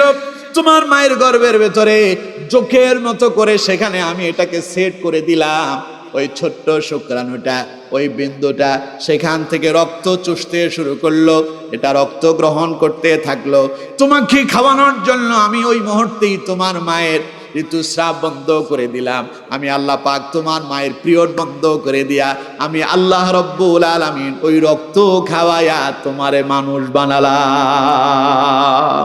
কিভাবে তৈরি করলেন এবার আল্লাহ রব্বুল আলামিন বলছেন, ثم خلقنا النطفة علقة فخلقنا العلقة مضغة فخلقنا المضغة عظاما فكسونا العظام لحما ثم أنشأناه خلقا آخر فتبارك الله أحسن الخالقين। চিল্লায় পড়েন আল্লাহু আকবার। তাহলে আমরা ছিলাম কোথায়? মায়ের গর্ভে। কোথায়? মায়ের গর্ভে। কি ছিলাম? শুক্রকীট, ছোট্ট বিন্দু, 1 ফোঁটা 1 লক্ষ ভাগের 1 ভাগ, হিসাবই আসে না। মায়ের গর্ভের ভিতরে সে ফি করারিম মাকিন, একটা অন্ধকার জায়গার ভেতরে, নিরাপদ জায়গার ভেতরে আল্লাহ রাব্বুল আলামিন আমাদেরকে সেট করলেন, স্থাপন করলেন, জায়গা করে দিলেন। কামড় দিয়া বসে থাকো। আল্লাহ পাক বললেন, বান্দা এখানে কামড় দিয়া বসে থাকো চোখের মতো। মায়ের গর্ভে গিয়ে আমরা চোখের মতো বসে থাকলাম। আল্লাহ রাব্বুল আলামিন বললেন, এবার তোমারে আমি রক্ত খাওয়ানো শুরু করলাম। আল্লাহ পাক বললেন, সুম্মা খালাকানান নুতফাতা আলাকা। এই যে শুক্রবিন্দু, এটা ছিল পানি। ওই পানিটার পানি থাকলো না। হাদিসের ভেতরে এসেছে, রাসূলুল্লাহ বললেন 40 দিন পর্যন্ত মায়ের গর্ভের ভেতরে প্রথম 40 দিন ওই শুক্রাণুটা পানির আকারে থাকে। 40 দিন পরে আল্লাহ রাব্বুল আলামিন রক্ত খাওয়ায়া তার পরিবর্তন ঘটায়া দেন। সুম্মা খালাকনান নুতফাতা আলাকা। এই 40 দিনে সেই মায়ের গর্ভে রক্ত চুষতে চুষতে তার অবস্থা হয়েছে এই, এখন আর সেই পানি নাই, এখন সেই রক্তপিণ্ড আকারে তৈরি হয়ে গেছে। সুবহানাল্লাহ। আমার বন্ধুগণ, এইভাবে 40 দিন পর্যন্ত মায়ের গর্ভের ভিতরে প্রথম 40 দিন ছিলাম পানি। 40 দিন পর্যন্ত রক্ত খাওয়ায়া আল্লাহ রাব্বুল আলামিন আমাদের পরিবর্তন ঘটালেন। আমরা হয়ে গেলাম আলাকা, আমরা রক্তপিণ্ড আকারে তৈরি হয়ে গেলাম। এবার আল্লাহ রাব্বুল আলামিন বলছেন, ফাখালাকানাল আলাকাতা মুদগা। এই রক্তপিণ্ডটাকে তো মানুষ বানাতে হবে। এবার এটার আরেকটা পরিবর্তন এলো। রাসূলুল্লাহ বললেন, আরো 40 দিন পর্যন্ত এই রক্তটা রক্ত আকারেই থাকলো। 40 দিন পরে রক্ত আর রক্ত হলো না। ফাখালাকানাল আলাকাতা মুদগা। এই রক্তটাকে আল্লাহ পাক গোশতপিণ্ড আকারে তৈরি করলেন। ছিলাম কি? শুক্রকীট, পানি, যেটার উল্লেখযোগ্য কোনো বস্তুই হয় না। এটা এবার হলো রক্তপিণ্ড। রক্তটাকে আল্লাহ পাক গোশত আকারে এবার স্থান করলেন, নতুন করে তৈরি করলেন, এটা গোশত হয়ে গেল। আল্লাহ রাব্বুল আলামিন বলছেন, ফাখালাকানাল মুদগাতা ইযামা। চিন্তা করতেছেন আল্লাহ আপনারা কেমনে বানাইছে? নিজে নিজে একটু চিন্তা করেন, খেয়াল করেন যে আপনি কি ছিলেন, কি হয়েছেন, কেমনে হয়েছেন। আল্লাহ বলছেন, ফাখালাকানাল মুদগাতা ইযামা। আল্লাহ পাক বলছেন, আমার বান্দা এই গোশতটারে আমি পরিবর্তন ঘটালাম। নবীজি বললেন, এরপরে 40 দিন পরে আল্লাহ রাব্বুল আলামিন এই গোশতটারে হাড় আকারে তৈরি করলেন। এটার একটা বডি স্ট্রাকচার বানালেন, একটা কঙ্কাল বানালেন। এই কঙ্কালটার উপরে এবার আল্লাহ রাব্বুল আলামিন ফাকাসাউনাল ইযামা লাহমা ফাখালাকনাল মুদগাতা ইযামা। আল্লাহ রাব্বুল আলামিন ওটারে হাড় বানালেন। এবার হাড়টাকে নিরাপদ করার জন্য ফাকাসাউনাল ইযামা লাহমা, ওই হাড়ের উপরে গোশতগুলো বসায়া দিলেন, আর সেই গোশতের উপরে চামড়া দিয়া, ছাউনি দিয়া আল্লাহ রাব্বুল আলামিন হাড় এবং গোশতগুলোরে নিরাপদ করে দিলেন। সুবহানাল্লাহ। এতে সময় লাগলো কত? 4 মাস 5 মাস পরে দেখবেন ডাক্তাররা বলে যে এখন একটা আলট্রাসোনোগ্রাম করেন। 4 মাস পরে যখন একটা আলট্রাসোনোগ্রাম করা হয়, তখন দেখা যায় সন্তান মায়ের গর্ভের ভিতরে নাড়াচাড়া করতেছে। সুবহানাল্লাহ বললেন না? আল্লাহ রাব্বুল আলামিন বলছেন, আমি এইভাবে তোমাদেরকে ক্রমান্বয়ে আমি আল্লাহ রাব্বুল আলামিন সৃষ্টি করলাম। প্রথমে তুমি ছিলে একটা শুক্রকীট, শুক্রবিন্দু ছিলে, তোমার কোনো পরিণাম ছিল না, তোমার কোনো অস্তিত্ব ছিল না, তোমাকে প্রকাশ করা যায় এমন কোন বস্তুতেই তুমি পরিগণিত হও নাই। এরপরে আমি তোমারে ধরলাম, মায়ের গর্ভের ভেতরে রেখে দিয়া আমি তোমারে রক্তপিণ্ড আকারে তৈরি করলাম। সেই রক্তটাকে আমি আল্লাহ পাক ক্রমান্বয়ে প্রসেসিং করতে করতে ওটারে আমি গোশত বানালাম। সেই গোশতটারে প্রসেসিং করে সেখানে আমি হাড় গোড় বসায়া দিলাম। সেই হাড় গোড় দিয়া সেই হাড়ের উপরে গোশতগুলো বসায়া দিলাম, আর সেই গোশতটারে নিরাপদ করার জন্য গোশতের উপরে চামড়া লাগায়া দিলাম। সুম্মা আনশানাহু খালকান আখার, কি নিপুণ কারিগর তিনি, কত সুন্দর করে বানালেন তিনি। সুবহানাল্লাহ কোন? আচ্ছা মনে করেন আপনি অ্যাক্সিডেন্ট করলেন, মোটরসাইকেল চালায় না আমাদের দেশের ছেলেরা, মোটরসাইকেল পাইলে মনে হয় যে সে প্লেন চালাইতেছে, কি দ্রুত গতিতে চলছে, সা সা ফা ফা করে, এমন দ্রুত গতিতে চলছে, সামনে আজরাইল এসে একটা ভেলকি মারছে, ট্রাকের নিচে ঢুকা মুহূর্তের ভেতরে শেষ। ঠিক না? এই মোটরসাইকেল চালাইতে গিয়া মাঝে মধ্যে যারা উগ্র চালায় না, নিয়মতান্ত্রিক ভাবে চালায়, তারাও অ্যাক্সিডেন্ট করে না? মোটরসাইকেল অ্যাক্সিডেন্ট হলো শীতকালে, রাস্তায় পড়ছে, একটু ঘষা লাগছে, একটু চামড়া উঠে গেছে। এই চামড়া উঠে যাওয়ার পরে সঙ্গে সঙ্গে আপনাকে ডাক্তারখানায় যেতে হবে, হসপিটালে যেতে হবে, ডাক্তার দেখায় চিকিৎসা নিতে হবে। শীতকালীনের ব্যথা তো, চামড়া জ্বলছে তো, শেষে গেছে, কি যে মজা যে পাবেন কিছুদিন পরে যদি সময় মতো ট্রিটমেন্ট না করেন। কি হবে? এই চামড়া থেকে আস্তে আস্তে পানি বের হবে, এরপরে এটা পেকে যাবে, পুজ সৃষ্টি হবে, মশা মাছি এসে এখানে বাসা বাঁধবে, চামড়াটা পচে যাবে। ঠিক কিনা? এবার চিন্তা করেন তো, আপনার এই চামড়া যদি আল্লাহ না দিতেন তা আপনার সারা শরীরটা তো পচেই যেত। সুবহানাল্লাহ বললেন না? ফাকাসাউনাল ইযামা লাহমা, আল্লাহ তাআলা বলছেন আমি চামড়া দিয়া, গোশত দিয়া হাড়টাকে নিরাপদ করলাম, গোশত দিয়া হাড্ডিটারে নিরাপদ করে দিয়েছি। আর সেই হাড্ডিটার উপরে যে গোশত দিলাম, সেই গোশতটারে নিরাপদ করার জন্য উপরে একটা চামড়া লাগাইয়া দিলাম। সুবহানাল্লাহ। সুম্মা আনশানাহু খালকান আখার, আমি তোমাকে কত সুন্দর করে সৃষ্টি করেছি, কি নিপুণ কারিগর তিনি। ফাতাবারাকাল্লাহু আহসানুল খালিকিন, আল্লাহ তাআলা বলছেন সুম্মা আনশানাহু খালকান আখার, তিনি অনন্য রকম এক সৃষ্টি করলেন। ফাতাবারাকাল্লাহু আহসানুল খালিকিন, যিনি নিপুণ কল্যাণময় এক কারিগর, বরকতময় করে আমাদেরকে সৃষ্টি করেছেন। আমরা আগে ছিলাম কি? না না, কিছুই না, কিছুই না। হাল আতা আলাল ইনসানি হাইনুম মিনাদ দাহরি লাম ইয়াকুন শাইআম মাযকুরা, কোনো অস্তিত্বই ছিল না। বলে আল্লাহ পাক শুক্র কীট হিসাবে মায়ের গর্ভের ভিতরে নিয়ে আসলেন, সেখান থেকে রক্ত, রক্ত থেকে গোশত, গোশত থেকে হাড় গোড় দিয়া এত সুন্দর করে বানালেন। লাকাদ খালাকনাল ইনসানা ফি আহসানি তাকওয়িম, অত্যন্ত সুন্দর করে চমৎকার ভাবে সৌন্দর্য দিয়ে আল্লাহ তাআলা মানুষদেরকে সৃষ্টি করেছেন। সুবহানাল্লাহ। এবার আল্লাহ রাব্বুল আলামিন এই যে বিভিন্ন পর্যায় ধাপে ধাপে যে আল্লাহ রাব্বুল আলামিন এত সুন্দর করে আমাদেরকে বানালেন, লাকাদ খালাকানাল ইনসানা ফি আহসানি তাকওয়িম, আল্লাহ পাক বলেন আমি মানুষদের অত্যন্ত সুন্দর করে অবয়ব দিয়া, শ্রেষ্ঠ সৌন্দর্য দিয়ে আমি মানুষদেরকে বানালাম। তাকায় দেখেন আপনার মতো তামাম পৃথিবীতে আপনার ডুবলি, আপনার ফটোকপি আর একটাও নাই। আছে? এই যে মাইক, এটার ডুবলি আছে, ফটোকপি আছে, এটার নকল আছে। এই যে মোবাইল, এটার ডুবলি আছে, নকল আছে। এই যে আমার হাতের ঘড়ি, এটারও নকল আছে, আসলও আছে। হাতের আংটি এটারও নকল আছে, আসল আছে, কিন্তু একটা জিনিসের নকল নাই, তা হলো আপনার মতো তামাম পৃথিবীতে খুঁজে দেখেন আরেকজন পাবেন না। আছে কি? এত সুন্দর করে যিনি আপনাকে এক পিস একটা মাত্র করে আপনাকে যিনি সৃষ্টি করেছেন তিনি কে? আরো জোরে বলেন তিনি কে? এবার আল্লাহর জিজ্ঞাসা করে, আল্লাহ কেন সৃষ্টি করছো?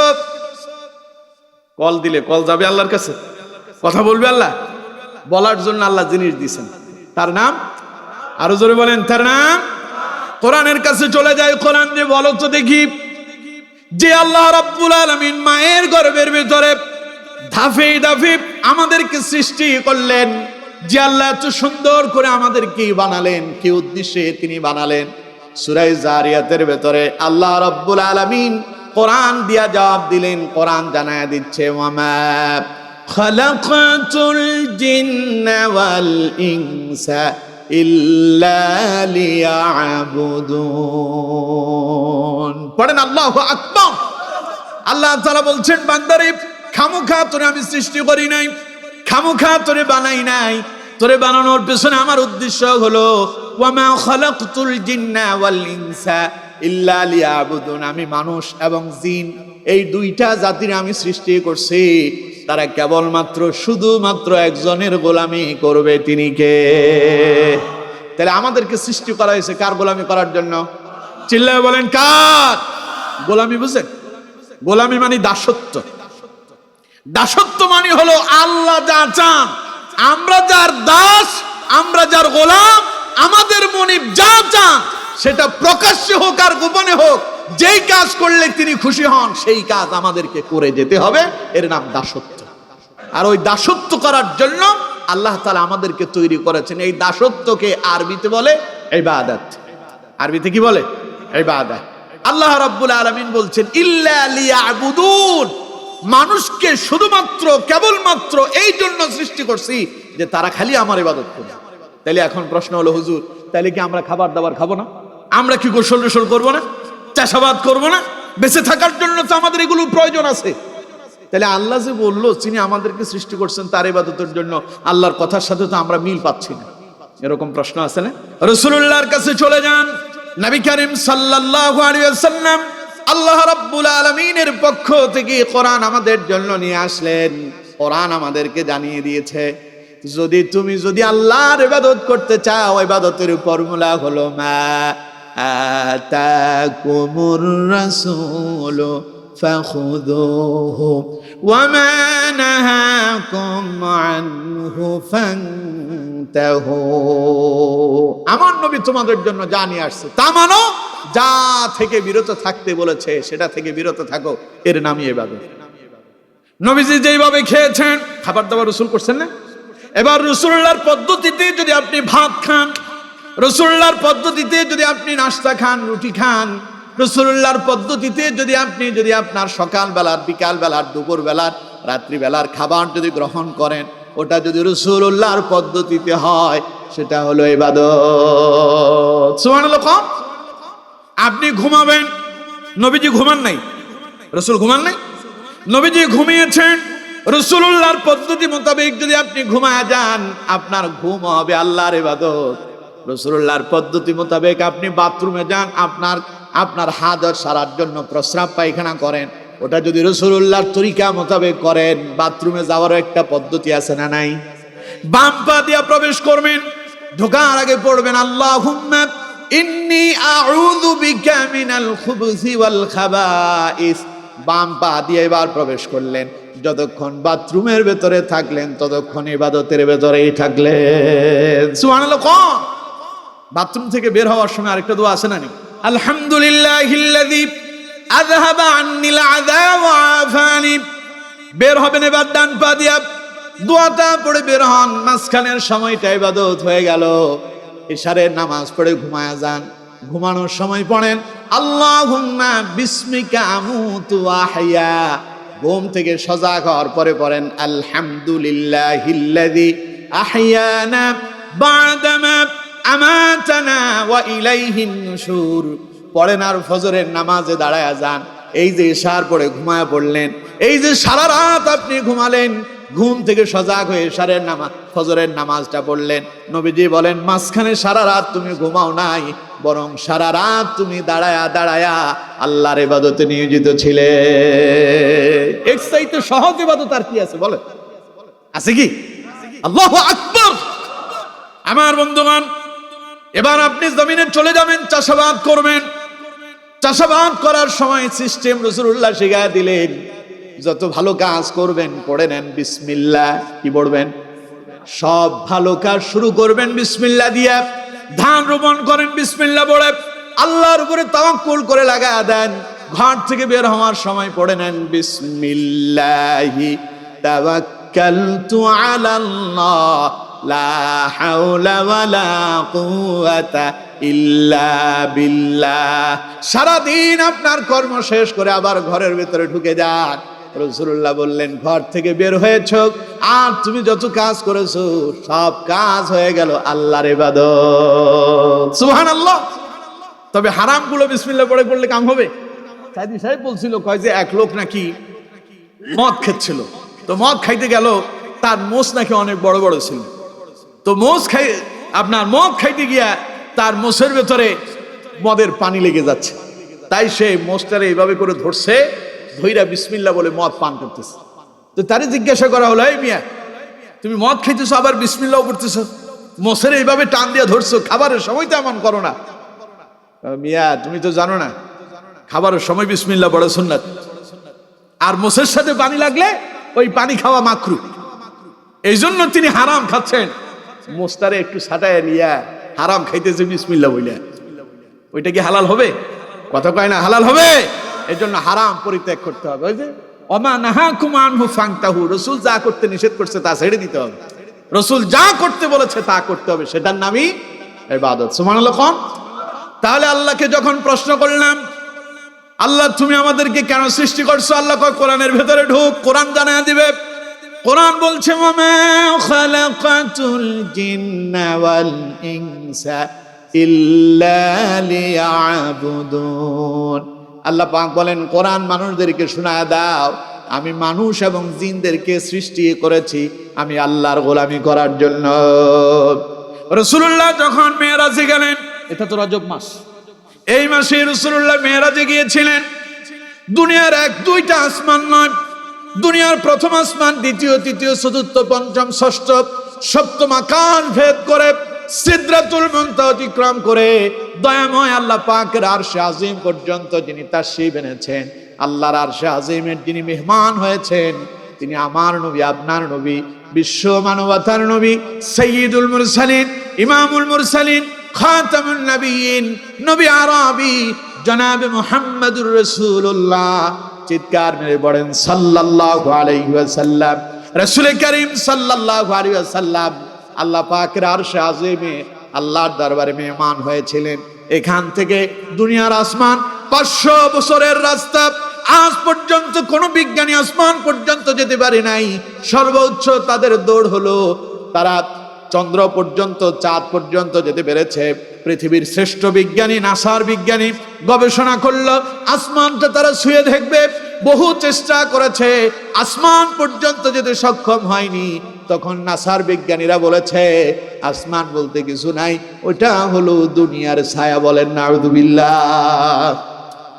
আল্লাহ তাআলা বললেন, ওরে বিজ্ঞানীরা, তোদের মাথার ভেতরে কোনো ঘিলু নাই, শুনে রাখ, আসমানটা আমি তোদের অধীনস্থ করি নাই, চন্দ্র সূর্য আমি তোমাদের অধীনস্থ করেছি। চাইলে তোমরা চন্দ্র পর্যন্ত যেতে পারবা। কেউ কেউ বলে নাসার বিজ্ঞানী কেউ কেউ নাকি চন্দ্রে বাড়ি করার জন্য জায়গা ক্রয় করতেছে। বলেন এমন কথা?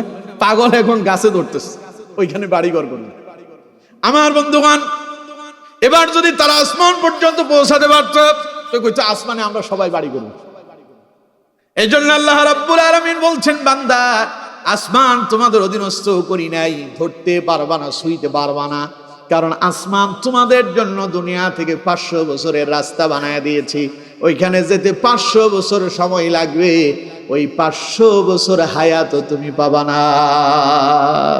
তোমার বয়স তো 50 বছর সর্বোচ্চ। আমাদের দেশের এখন গড় আয়ু কত? 50 থেকে 60। 52 বছর। তো তুমি তো 50-52তেই শেষ পতাং, তোমার জীবন শেষ, তুমি সেখানে যাওয়ার চিন্তা করতেছো কি করে? আর শুনে রাখো, এইরকম একখান দুইটা আসমান নয়, একটা দুইটা নয়, এইরকম 500 বছরের রাস্তা, 7টা আসমান আমি আল্লাহ পাক তৈরি করেছি। আমার রসুলকে আমি ভ্রমণ করায়া 7টা আসমান মাড়ি দিয়া সিদরাতুল মুনতাহা অতিক্রম করে আরশে আজিমের মেহমান বানিয়েছি। নবীজি যখন মেরাজ থেকে এলেন, আল্লাহ তাআলা পৃথিবীর শান্তি প্রতিষ্ঠা করার জন্য রাসূলুল্লাহকে 14টা কর্মসূচি দিয়েছেন। নবী 14টা কর্মসূচি যদি দুনিয়ার জমিনে বাস্তবায়ন করতে পারেন, পৃথিবী থেকে সব অশান্তি দূর হয়ে যাবে। সেই 14টা কর্মসূচির প্রথম কর্মসূচি হলো ওয়াকাদা রাব্বুকা আল্লা তা'বুদু ইল্লা ইয়্যাহ। পড়েন আল্লাহু আকবার। নবী পৃথিবীর মানুষদেরকে শোনা দেন, তাদের রবের পক্ষ থেকে চূড়ান্ত সিদ্ধান্ত হয়েছে, চূড়ান্ত ফয়সালা হয়েছে, লোকেরা কেবলমাত্র শুধুমাত্র একজনের গোলামি করবেন, তিনি কে? সবাই যদি আল্লাহর গোলাম হয় তো শান্তি এমনি আসবে, ঠিক কিনা? সবাই যদি নামাজ পড়ে, সবাই যদি রোজা করে, সবাই যদি হজ করে, সবাই যদি যাকাত দেয়, সবাই যদি হালাল হারাম মেনে চলে, সবাই যদি সন্ত্রাসী ছেড়ে দেয়, মাস্তানি ছেড়ে দেয়, চাঁদাবাজি ছেড়ে দেয়, টেন্ডারবাজি ছেড়ে দেয়, খুন খারাপি ছেড়ে দেয়, সব মানুষ যদি আল্লাহর গোলাম হয়ে যায়, আসমান থেকে শান্তি নাজিল হবে, আল্লাহর পক্ষ থেকে আসমান থেকে বান্দার জন্য রিজিক আসতে থাকবে। কথা আমার না আল্লাহর? শুনুন কোরআন থেকে সূরা ফিল, আপনারা সবাই পারেন না? পড়েন। আল্লাহ রাব্বুল আলামিন বলছেন, ফালিয়াবুদু রাব্ব হাযাল বাইত আল্লাযী আত'আমাহুম মিন জু'ইন ওয়া আমানাহুম মিন খাউফ। পড়েন আল্লাহু আকবার। আল্লাহ তাআলা বলছেন, ফালিয়াবুদু রাব্ব হাযাল বাইত। নবী আপনি তাদেরকে বলেন তারা যেন বাইতুল্লাহর রবের ইবাদত করে। বাইতুল্লাহর রব কে? বাইতুল্লাহ চেনেন? খানায় কাবা, মক্কায় মুকাররমায় যেই বিশাল একটা কালো কাপড় দিয়ে যেটাকে ঘেরাও করে রাখা হয়েছে, এটার নাম বাইতুল্লাহ। এটার নাম কি? বাইতুল্লাহ মানে কার ঘর? আল্লাহর ঘর। আল্লাহ তাআলা বলছেন, ফালিয়াবুদু রাব্ব হাযাল বাইত। লোকেরা যদি বাইতুল্লাহর রবের ইবাদত করে, আল্লাযী আত'আমাহুম মিন জু' ওয়া আমানাহুম মিন খাউফ, তাদেরকে খিদা লাগলে খাবার দেওয়া হবে, বিপদে সাহায্য করা হবে। সুবহানাল্লাহ। এখন আমি আপনাদেরকে প্রশ্ন করি, আল্লাহর গোলামি করেন সবাই? কথা অনেকে আর বলতে পারলো না। কেন পারেন নাই? কারণ আমি যদি আপনাদেরকে জিজ্ঞাসা করি, আজকের ইশারের নামাজ সবাই পড়ছেন, ইল্লা মাশাআল্লাহ 2-4 জন বাদও যেতে পারে। আমি যদি আপনাদেরকে প্রশ্ন করি, আজকের এখান থেকে গিয়া ফজরের নামাজ সবাই পড়বেন, ইল্লা মাশাআল্লাহ, হয়তো আমার সাথে বলবেন যে যাই পড়বো, কিন্তু অনেকে নাও পড়তে পারে। তাইলে আপনারে আল্লাহ সৃষ্টি করছে আল্লাহর গোলামি করার জন্য। দৈনিক সারাদিনে কয় ঘন্টা সময়? 24 ঘন্টা। দিন রাতে কয় ঘন্টা? 24 ঘন্টা। এই 24 ঘন্টার হিসাব করেন। 24 ঘন্টার গোটা সময় আল্লাহ আপনারে দিয়েছে। ফজরের সময় আপনি আল্লাহর জন্য 10 মিনিট ব্যয় করেন, জোহরের সময় আপনি আল্লাহর জন্য 20 মিনিট ব্যয় করেন। 10 আর 20 কত হলো? আসরের সময় 10 মিনিট কত হলো? মাগরিবের সময় 10 মিনিট, এশারের সময় 10 মিনিট কত হলো? তো 23 ঘন্টা আপনি নিজের জন্য ব্যয় করেন, 1টা ঘন্টা আল্লাহর জন্য ব্যয় করেন না। 1 ঘন্টা যদি আল্লাহর জন্য ছেড়ে দিতে পারেন, ফালিয়াবুদু রাব্ব হাযাল বাইত আল্লাযী আত'আমাহুম মিন জু' ওয়া আমানাহুম মিন খাউফ। ক্ষুধা লাগলে খাবার দেবেন, আপনার বিপদ এলে তিনি সাহায্য করবেন। সুবহানাল্লাহ। সুতরাং বন্ধুগণ আমার, কিন্তু দুর্ভাগ্য, আমরা আল্লাহর দেয়া সব নিয়ামত বক্ষণ করতেছি, সবই খাচ্ছি, শুধু আল্লাহর ইবাদতটা করছি না। ঠিক কিনা? কথা বলেন, ঠিক কিনা? এখন যে আমরা আল্লাহর ইবাদত করতেছি না, আল্লাহ তো আমারে পাঠাইছে আল্লাহর ইবাদত করার জন্য। এখন যে আমি আল্লাহর ইবাদত করতেছি না, কাজটা কি ভালো হইতেছে? আমাকে মদের আসরে পাওয়া যায়, আমাকে জুয়ার আসরে পাওয়া যায়, আমাকে চাঁদাবাজিতে পাওয়া যায়, আমাকে টেন্ডারবাজিতে পাওয়া যায়, আমাকে গাড়ি পোড়ানোই পাওয়া যায়, আমাকে মানুষ হত্যার কাজে পাওয়া যায়, আমার দিয়া সন্ত্রাসী কর্মকাণ্ড হয়, আমার দিয়া ইসলাম বিদ্বেষী কর্মকাণ্ড হয়, তাহলে বুঝতে হবে আমি আল্লাহর ইবাদত করছি না, বরং তাগুত তথা শয়তানের অনুসরণ করতেছি। ঠিক কিনা? যাদেরকে আল্লাহ রাব্বুল আলামিন এত সুন্দর করে বানালেন, যাদের কোনো অস্তিত্ব ছিল না, আল্লাহ পাক বললেন ইয়া আইয়ুহাল ইনসানু মা গাররাকা বিরাব্বিকাল কারীম। হে মানব গোষ্ঠী, ইয়া আইয়ুহাল ইনসান, হে মানব গোষ্ঠী, মা গাররাকা বিরাব্বিকাল কারীম, কে তোমাকে আমার ইবাদত থেকে দূরে সরালো? কে তোমাকে বাধা দিল আমার ইবাদত করতে? কোন শক্তি তোমাকে বিরত রেখেছে আমার গোলামি করা থেকে?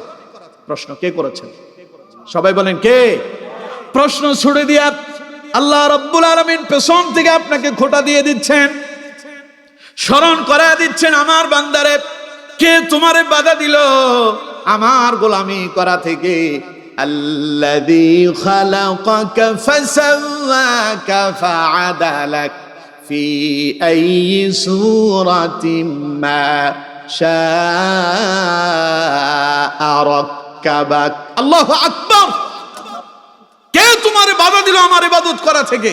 কে তোমাকে, কোন শক্তি তোমাকে বাধা দিয়েছে আমার গোলামি করা থেকে? আল্লাযী খালাকাকা ফাসাওয়াকা ফাআদালাক, আমি কি তোমারে অত্যন্ত সুন্দর করে, আমি তোমাকে সুঠাম দেহ দিয়া সুবিন্যস্ত করে সুন্দর করে তোমারে বানাই নাই? এতক্ষণ পর্যন্ত যা বললাম, ফি আইয়ি সূরাতিন মা শাআ রাক্কাবাক, আমার যেমন মনে চেয়েছে আমি তোমাকে তেমন করে সৃষ্টি করেছি। সুবহানাল্লাহ। কেমন করে সৃষ্টি করলেন দেখুন। আল্লাহ রাব্বুল আলামিন বলছেন মানুষ কি লক্ষ্য করে না?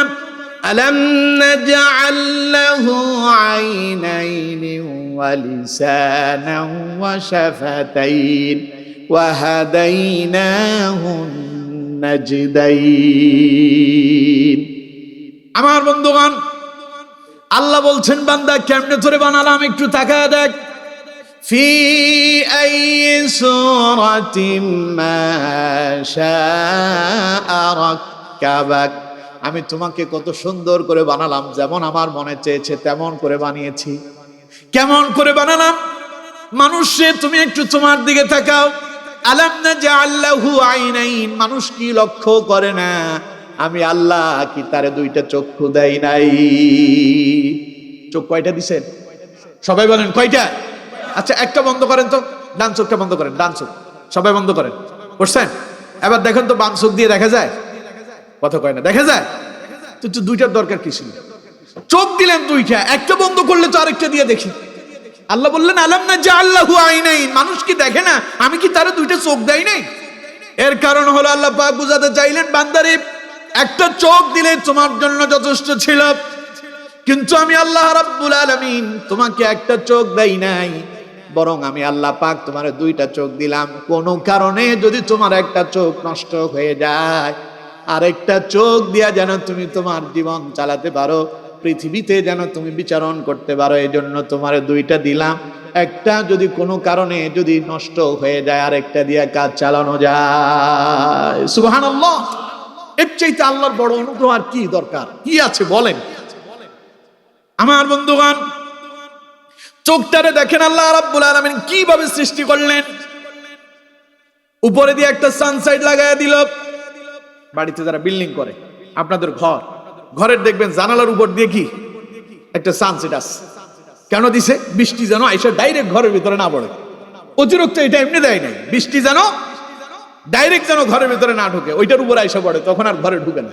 সুবহানাল্লাহ। কোন আল্লাহ রাব্বুল আলামিন বললেন চোখের উপরে এরকম একটা সানসেট দিয়ে দিয়েছি, নিচের দিক দিয়ে আরেকটা দিলাম, মাঝখানে গর্ত করে চোখটারে ঢুকায় দিলাম। দুই দিক দিয়ে আমি আল্লাহ রাব্বুল আলামিন একটু উঁচু করে ভেতরে চোখ দিলাম, যাতে করে যখন তুমি খেলতে যাবে বলটা যেন ডাইরেক্ট এসে তোমার চোখে না লাগে, গর্তের ভেতরে তোমার চোখটা থাকবে, ফলে তোমার চোখটা নিরাপদ হয়ে যাবে। আরো আশ্চর্য হয়ে যাবেন, অবাক হয়ে যাবেন, চোখের উপর আল্লাহ রাব্বুল আলামিন পাপড়ি দিয়েছেন। যখনই রাস্তার ধুলোবালি যখন উঠতে থাকে, হাত দিয়া ধরে টান মেরে নিচে নামাতে হয় না। রাস্তার আশেপাশে যত দোকানপাট আছে, যখন ধুলাবালি আসে দোকানদাররা তাড়াতাড়ি সাটারটা টান মেরে নিচে নামায় দেয়, নামাতে নামাতে ভেতরের ধুলবালি ঢুকে পড়ে যায়। কিন্তু আল্লাহ রাব্বুল আলামিন আপনার চোখের উপরে এমন সানসেট বসায় দিয়েছেন, এমন একটা সাটার লাগিয়ে দিয়েছেন, দোকানদার সাটার লাগাতে লাগাতেই ভিতরে বালি ঢুকে যায়, আপনার চোখের সামনে দিয়ে আকস্মিক বালি উড়ে উঠলো। আল্লাহ রাব্বুল আলামিন এমন একটা সেন্সর ব্যবহার করলেন, সুইচ টিপ দিতে হয় নাই, ওই বালি দেখার সঙ্গে সঙ্গে চোখের পাতাটা অটোমেটিক বন্ধ হয়ে যায়। সুবহানাল্লাহ। আর এই চোখের ভেতরে আল্লাহ রাব্বুল আলামিন এত অজস্র পানি দিয়েছেন, আপনি চাইলে সেই পানি বাইর করতে পারবেন না। অনাকাঙ্ক্ষিতভাবে আপনার চোখের সামনে উড়ে আসা বালিটা যদি আপনার চোখে ঢুকে যায়, ওই চোখটারে নিরাপদ করার জন্য আল্লাহ রাব্বুল আলামিন চোখের ভেতরে এত অজস্র পানি দিয়ে দিয়েছেন, ওই বালিটা বের হওয়ার জন্য পানি অটোমেটিক চোখ থেকে বের হতে থাকে, তখন সেই পানির সাথে বালিটাও বেরিয়ে যায়। কে এত সুন্দর করে বানালো? কে বানালো? আল্লাহু আকবার। এই চোখের পানি যদি কখনো শুকিয়ে যায়, এই পানি আর সংগ্রহ করতে পারবেন না। কিন্তু আমার বন্ধুগণ, এত পানি আল্লাহ পাক এই চোখের ভেতরে দিয়ে দিলেন, কখনো তা ফুরিয়ে যাবে না। কানতে কানতে কানতে কানতে চোখ দিয়ে পানি গড়ায় গড়ায় পড়বে, পানি শেষ হবে না। কারণ এই পানি যিনি এখানে সঞ্চালন করতেছেন, যিনি ঢুকায় দিয়েছেন, তিনি কে? আপনি কি একটু একটু দেন প্রতিদিন? সকালে সকালে চোখে পানি দেন, গাছের নিচে পানি দিতে হয়, সকাল বিকাল 2 বেলা 2 টাইম করে পানি দেওয়া লাগে। সময় মতো পানি না দিলে গাছ মরে যাবে। কিন্তু চোখের ভেতরে কোনোদিন পানি দিলেন না, এরপরে চোখের পানি শুকায় গেল না। কন্ত দেখি চোখটারে এত সুন্দর করে নিরাপদ করে যিনি বানালেন, তিনি কে? এই চোখের ভেতরে এমন এক ক্যামেরা আল্লাহ পাক ফিট করেছেন। এই যে এখানে ক্যামেরাগুলো হচ্ছে, ভিডিও হচ্ছে, আপনার চোখটা একটা ক্যামেরা। পৃথিবীর যেখানে তাকাবেন সবগুলো আপনার চোখ দেখতেছে। চোখ যা দেখতেছে সঙ্গে সঙ্গে শুধু ওটা ক্যাপচার হয়ে শুধু একটা ছবি আকারেই হচ্ছে না, বরং মুহূর্তের ভিতরে ভিডিও আকারে তা আপনার মেমোরির ভেতরে যিনি সেট করে দেন, তিনি কে? ছেলেরা বিদেশ থাকে, প্রবাসে থাকে, আমেরিকায়, লন্ডন, কানাডা, ইউরোপ, সৌদি আরব থাকে। সেখান থেকে আইসা কয় সৌদি আরবের এই জায়গায় তেমন, অমুক জায়গাটা তেমন। কেমনি কয়? চোখ দিয়ে দেখছে, ভিতরে মেমোরিতে সব ভিডিও সেট করে দিয়েছেন কে? এই যে আপনারা এখন বসে বসে আমারে দেখতেছেন, আমিও আপনাদেরকে দেখতেছি, আপনারা যারা আমারে দেখতেছেন সব ভিডিও হয়ে যাচ্ছে, যা দেখতেছেন তাই আপনাদের ভেতরে সব আল্লাহ রাব্বুল আলামিন ভিডিও আকারে আপনার মেমোরিতে তা সেট করে দিয়েছে। যতদূর আপনার দৃষ্টি যাবে এর কোনো সীমা রাখা নাই, সামনে যতদূর আছে অতদূর যাবে, আর সেই পর্যন্ত সব আপনার কাছে ক্যাপচার হয়ে আপনার ভেতরে সব মেমোরিতে সেট হয়ে যাবে। কে করে? এই জন্য আল্লাহ রাব্বুল আলামিন বলছেন, কি করে মানুষরা আমাকে অস্বীকার করলো? মানুষ কিভাবে আমার ইবাদত থেকে দূরে সরে গেল? ও মানুষেরা, ইয়া আইয়ুহাল ইনসান, হে মানব গোষ্ঠী, মা গাররাকা বিরাব্বিকাল কারীম, কোন শক্তি তোমারে আমার ইবাদত থেকে দূরে সরালো? কে তোমারে বাধা দিল? আলাম নাজআল লাহু আইনাইন, আমি কি তোমার 2টা চোখ দেই নাই?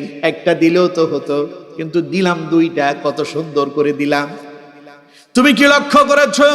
ওয়ালিসানান ওয়া শাফাতাইন, তোমার একটা জিহ্বা দিলাম, সঙ্গে 2টা ঠোঁট দিয়ে দিলাম। সুবহানাল্লাহ। এই জিহ্বা ছাড়া কথা বলতে পারতেন? কথা বলে না। কথা বলতে পারতেন? এই ঠোঁট যদি না থাকতো কথা বলতে পারতেন? জিহ্বা এবং ঠোঁট 2টা আপনার জীবনের অত্যন্ত গুরুত্বপূর্ণ জিনিস। এই জিহ্বার ভিতরে আল্লাহ রাব্বুল আলামিন এমন এক যন্ত্র সেট করেছেন, দুনিয়ার জ্বর মাপার থার্মোমিটার দিয়া প্রেসার মাপা যায় না, প্রেসারের যন্ত্র দিয়া ডায়াবেটিস পরীক্ষা করা যায় না, ডায়াবেটিসের যন্ত্র দিয়া আপনার জ্বর মাপা যাবে না। অর্থাৎ সবগুলো আলাদা আলাদা সেক্টর, কিন্তু জিহ্বার ভেতরে আল্লাহ পাক এমন এক মেশিন ফিট করলেন, দুনিয়ার যত রকমের স্বাদ আছে সবকিছু অনুভব করতে পারবেন। সুবহানাল্লাহ কইলেন না? চিনি, লবণ 2টা কিন্তু একই রকম, মিশ্রি। কালার কিন্তু তিনটার কি একই রকম। এখন আমার বন্ধুগণ, আপনি চিনি মনে করে যদি মুখের ভেতরে লবণ ঢুকায় দেন, এখন আপনি যে চিনি মনে করে লবণ দিলেন, আপনি জানেন না, মনে করলেন লবণ, মনে করলেন চিনি, দিলেন কি? কথা পায় না, দিলেন কি? এখন যে আপনি মুখের ভেতরে লবণ দিলেন, কে আপনারে সিগন্যাল দিল, ওর নাম কি? সুবহানাল্লাহ কইলেন না? জিহ্বা বলতে দিচ্ছে, জিহ্বা বলে দিচ্ছে এটার নাম চিনি নয়, এটার নাম লবণ। একই রকম ভাবে বাজার থেকে আপনি রসগোল্লা কিনে নিয়ে আসেন, মিষ্টি কিনে নিয়ে আসেন, দুইটা একই উপাদান দিয়ে তৈরি, কিন্তু এক একটার স্বাদ এক এক রকম। মুখে দিলে এটা বলবে রসমালাই, আর মুখে দিবেন ওইটা বলবে মিষ্টি। মিষ্টির হাজার রকমের আইটেম আছে, হাজার রকমের মিষ্টির কালার আছে, হাজার রকমের নানাবিধ স্বাদ আছে। এই স্বাদগুলো অনুভব করতে পারেন যেটা দিয়ে, ওটার নাম কি? কে দিলে? ওয়ালিসানা ওয়া শাফাতাইন। আমি কি তোমাদেরকে একটা জিহ্বা দেই নাই, সাথে দুইটা ঠোঁট দেই নাই? একসাথে বলেছেন। কেন বলেছেন? দুইটার কাজ একসাথেই চলে। সুবহানাল্লাহ। কোন জিহ্বা না থাকলে কথা বলতে পারতেন না। প্রত্যেকটা হরফের উচ্চারণের সঙ্গে জিহ্বার নাড়াচাড়া হয়, প্রত্যেকটা কথা বলার সঙ্গে দুইটা ঠোঁট একসাথে নড়ে উঠে। জিহ্বাবিহীন আপনার কথা বের হতো না, জিহ্বা ছাড়া আপনি কথা বলতে পারতেন না, ঠোঁট না থাকলেও বলা যেত না। সুবহানাল্লাহ। দুইটা একসাথে দিলেন, কাতল মাছ, রুই মাছ, পাঙ্গাস মাছ, তেলাপিয়া মাছ, ইলিশ মাছ, দুনিয়ার যত মাছ আছে, সমুদ্রের ভেতরে হাজার হাজার রকমের মাছ আছে। সমুদ্রের মাছ তো আপনারা সবাই খান, ঠিক কিনা? আচ্ছা কোন তো দেখি, সব মাছের স্বাদ কি একরকম নাকি? পাঙ্গাসের স্বাদ আর বোয়ালের স্বাদ একরকম নাকি? রান্না করলে দুইটার ফিস দেখতে একই রকম, কিন্তু আমার বন্ধুগণ, রান্না করার পরে যখন মুখের ভেতরে দেন, জিহ্বা আপনাকে মেসেজ দেয়, সিগন্যাল দেয়, এটার নাম পাঙ্গাস আর এটার নাম বোয়াল। সুবহানাল্লাহ। যেই জিহ্বা দিয়ে আপনারা স্বাদ গ্রহণ করেন, ওই জিহ্বা দিয়া সমুদ্রের কত দামি দামি মাছ খান, কিন্তু একটা মাছ আছে বাংলাদেশের জাতীয় মাছ যারে বলে, ওর নাম কি? ইলিশের স্বাদ কম না বেশি? কাটাও কম না বেশি? কত কাটা, কত স্বাদ। কেজি হয়ে যায় 2-4-5 হাজার টাকা। মনে বড় শখ, বছরে একবার একটা ইলিশ খাবে, ওটা 5,000 হলেও কিনবে, কারণ ইলিশের স্বাদ একদিন নিতে হবে। এই স্বাদ যে ইলিশের আপনি অনুভব করলেন, ইলিশ আপনারে খেতে হবে। খাওয়ার যে তৃপ্তি আপনার ভেতরে, এই যে চিন্তা ফিকির তৈরি করলো, এই স্বাদ যে আপনার জিহ্বার ভিতরে জাগায় দেয়, ওটার নাম কি? সুবহানাল্লাহ কইলেন না? গরুর গোশ, খাসির গোশ, মোষের গোশ, উটের গোশ, সব গোশই একই রকম, কিন্তু আমার বন্ধুগণ যখন খেতে বসেন, জিহ্বাতে দিলেই বুঝতেই পারেন এটা খাসির গোশ, এটা গরুর গোশ, এটা মোষের গোশ, এটা হলো উটের গোশ। বুঝার সক্ষমতার জন্য আল্লাহ রাব্বুল আলামিন একটা জিহ্বার ভেতরে হাজার হাজার রকমের যন্ত্র সেট করে দিয়েছেন। সুবহানাল্লাহ। এই জন্য আমার বন্ধুগণ, আল্লাহ রাব্বুল আলামিন বলছেন ওয়ালিসানাও ওয়া শাফাতাইন। আল্লাহ পাক বলেন, মানুষে আমি কি তোমার একটা জিহ্বা দেই নাই, দুইটা ঠোঁট দেই নাই? আলাম নাজআল লাহু আইনাইন, আমি কি তোমার দুইটা চোখ দেই নাই? খেয়াল করে দেখেন, চোখগুলোও সামনে, চোখগুলোও সামনে, এরপরে জিহ্বাটাও কাছাকাছি, ঠোঁটগুলোও কাছাকাছি। তার মানে আপনার চোখ, আপনার মুখ, আপনার জিহ্বা, আপনার ঠোঁট, আপনার নাক, সবগুলো এক জায়গায় সেট করেছেন।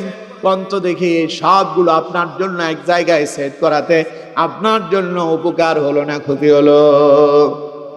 যদি চোখগুলা পেছনে দিত, চোখ যদি কোথায় থাকতো? পেছনে থাকতো। আপনি ইলিশ মাছ খাবেন, খুব শখ করে নিয়ে আসছেন, এখন সেই ইলিশ মাছে কাটা আছে, কিন্তু দারুণ মজার মাছ কিনে নিয়ে আসলেন, খেতে বসলেন, আগে ওটা থেকে কাটাগুলো বেছে বেছে আলাদা করতে হবে। যদি আলাদা না করে মুখের ভেতরে দেন, গলার ভেতরে আটকা পড়বে। 5,000 টাকার ইলিশ মাছ কিনে আনছেন, 50,000 টাকা দিয়েও সুস্থ হওয়ার সম্ভাবনা নাই, ঠিক কিনা? আমার বন্ধুগণ, ইলিশ মাছ এবার কিনে আনলেন, চোখ পেছনে, খাওয়ার জন্য আপনাকে মাছটা পেছনে নিয়ে যেতে হতো। চোখের সামনে এইভাবে করে ধরতেন, চোখ বলতো যে হ্যাঁ পরিষ্কার হয়েছে, এবার মুখের ভেতরে দাও। এরপরে আপনি মুখের ভেতরে দিতেন, কিন্তু ইলিশ মাছটা নষ্ট হয়ে গেছে, রান্না করছে দেরি হয়েছে, অথবা বাজারে আসছে দেরি হয়েছে, দীর্ঘ সময় অতিবাহিত হয়ে গেল, সময় মতো এটাতে বরফ দিয়ে প্রসেসিং করা হয় নাই।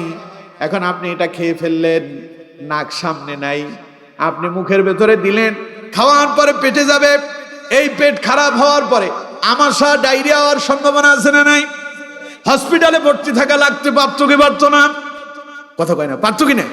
সামনে নাক দিয়ে দিলেন, আপনি যখন ইলিশ মাছটা যখন চোখের কাছে নিয়ে যখন এটারে আলাদা করলেন, কাটাগুলো মুখের সামনে দিলেন, খাওয়াটা আপনার জন্য উপযোগী কিনা নাক মুহূর্তের ভিতরে গ্রান নিয়ে মুখের সামনে আনলেই বলে দেয় এটা খাওয়ার উপযোগী না এটা খাওয়ার উপযোগী নয়। মুহূর্তের ভিতরে সিগন্যাল দেওয়ার জন্য সামনে যিনি নাকটা বসায় দিলেন তিনি কে? আচ্ছা, নাকটার যদি পিঠের উপর দেওয়া হতো, পোলাও রান্না করছেন 2 দিন হয়ে গেল, আমার দেশে একটা কথা আছে, ভাত নষ্ট হইলে খাওয়া যায়, মাগার পোলাও নষ্ট হইলে খাওয়া যায় না। পোলাও রান্না করছে দামি চাউল, আমার বাসমতি চাউল দিয়ে রান্না করছে 400-450 টাকা কেজি বাসমতি চাউল রান্না করছে। চাউলের প্রতি খুব তার আবদার, অনেক টাকা দিয়ে কিনছি, খুব দামি চাউল রান্না করলো, খেতে বসলো, 2 দিন হয়ে গেল, এখনো খায় শেষ করতে পারলো না। 3য় দিন খেতে গেল, এখন আর খাবার উপযোগী নয়। বাসমতি চাউল হলে কি হলো, ওটাও নষ্ট হয়, ঠিক কিনা? পোলাও হয়েছে, কোরমা হয়েছে, তাতে কি হয়েছে, বিরিয়ানি হয়েছে, তাতে কি হয়েছে, ওটাও নষ্ট হয়। কিন্তু আমার বন্ধুগণ, এইটা কি নষ্ট কিনা এটা ভালো, এটা জানার জন্য আপনাকে নাকের কাছে নিয়ে যেতে হয়। 2 দিন হওয়ার পরে, 1 দিন পরেও মহিলারা সকালবেলা খাবারটা আপনার সামনে উপস্থাপন করার আগে নিজে আগে শুকে দেখে ওটা ঠিক আছে নাকি। জিহ্বাতে দিয়ে দেখে না শুকে দেখে? কথা কয় না, শুকে দেখে না জিহ্বাতে দিয়ে দেখে? নাকের ভেতরে আল্লাহ তাআলা এমন এক মেশিন ফিট করে দিয়েছে, নাকের কাছে নিলে ওইটা বলে দেয় এটা খাওয়া যাবে। এখন নাকটা যদি পিঠের উপরে থাকতো, পেছনে নিয়ে ধরা লাগতো, নাক বলতো হ্যাঁ খাওয়া যাবে অথবা খাওয়া যাবে না, কত কষ্ট হয়ে যেত। আচ্ছা মনে করেন নাক জায়গা মতোই আছে, মুখটা আল্লাহ পেছনে দিয়েছে, চোখের সামনে ধরতেন, কাঁটাগুলো আলাদা করতেন, নাকের সামনে নিয়ে গ্রান নিতেন, খাওয়ার উপযোগী কিনা? নাক বলতো খাওয়ার উপযোগী। এবার হাতটারে ঘুরাইয়া পেছনের দিক দিয়া নিয়ে মুখের ভেতরে দেওয়া লাগতো। বান্দার কত কষ্ট হয়ে যেত। আল্লাহ রাব্বুল আলামিন বলেন, আমার বান্দারে আলাম নাজআল লাহু আইনাইনি ওয়া লিসানান ওয়া শাফাতাইন। পড়না আল্লাহু আকবার। মানুষ কি দেখে না, মানুষ কি লক্ষ্য করে না? আমি তার 2টো চোখ দিলাম, তাকে আমি একটা জিহ্বা দিলাম, সঙ্গে 2টা ঠোঁট দিলাম। আমি আল্লাহ পাক এত কিছু তারে কেন দিলাম? উদ্দেশ্য হলো ওয়ামা খালাকাতুল জিন্না ওয়াল ইনসা ইল্লা লিয়াবুদুন। কার ইবাদত? চিল্লায় বলেন কার ইবাদত? এবার আল্লাহ রাব্বুল আলামিন বলছেন ওয়ালিসানা ওয়া শাফাতাইন ওয়া হাদাইনাহুন নাজদাইন। ওরে বান্দা, আমি তো তোমার 2টা পথ দেখায় দিয়েছি। ইন্না হাদাইনাহুস সাবিলা ইম্মা শাকিরান ওয়া ইম্মা কাফুরা। আমি তোমার 2টা পথ দেখায় দিয়েছি, একটা হলো সরল সহজ সঠিক পথ, আরেকটা হলো বিপদগামী পথ। তুমি কোন পথে যাবে? আমি তো তোমার 2টা পথ দেখায় দিয়েছি, একটা ভালোর পথ আরেকটা মন্দের পথ। এখন যদি তোমার ভালো লাগে, ইন্না হাদাইনাহুস সাবিল, যদি মনে চায় তুমি সরল পথে চলতে পারো, ইম্মা শাকিরান ওয়া ইম্মা কাফুরা, ইচ্ছে করলে তুমি কুফরিও করতে পারো। পথ দেখায় দিলাম, 2টা রাস্তা, একটা জান্নাতের একটা জাহান্নামের। বুঝে শুনে যদি জাহান্নামে যাও, আল্লাহর করার কিছু নাই, ঠিক কি না? পথ দেখায় দিয়েছেন কে? বাপে বলতেছে আব্বারে তুমি কক্সবাজার যেতে চাও, রাস্তা 2টা আছে, চাইলে তুমি পেকুয়া হয়ে যেতে পারো, চাইলে তুমি চকরিয়া দিয়েও যেতে পারো। তবে আব্বা জেনে রাখো, একটা রাস্তা তোমার জন্য নিরাপদ নয়।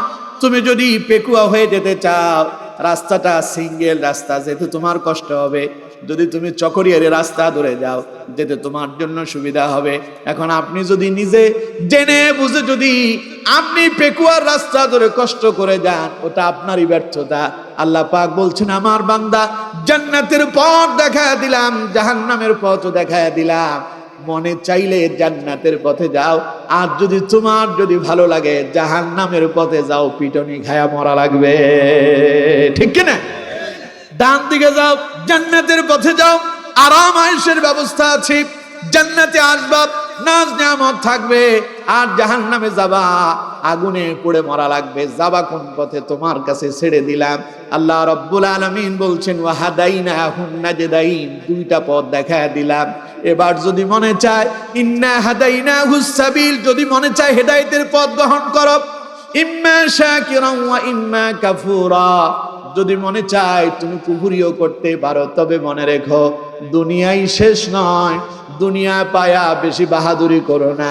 তুমি মনে করতেছো তুমি আর কোনোদিন মরবা না, মনে রেখো এক সময় তুমি ছিলা না, আবার এক সময় আসবে তুমি থাকবা না, ঠিক কিনা?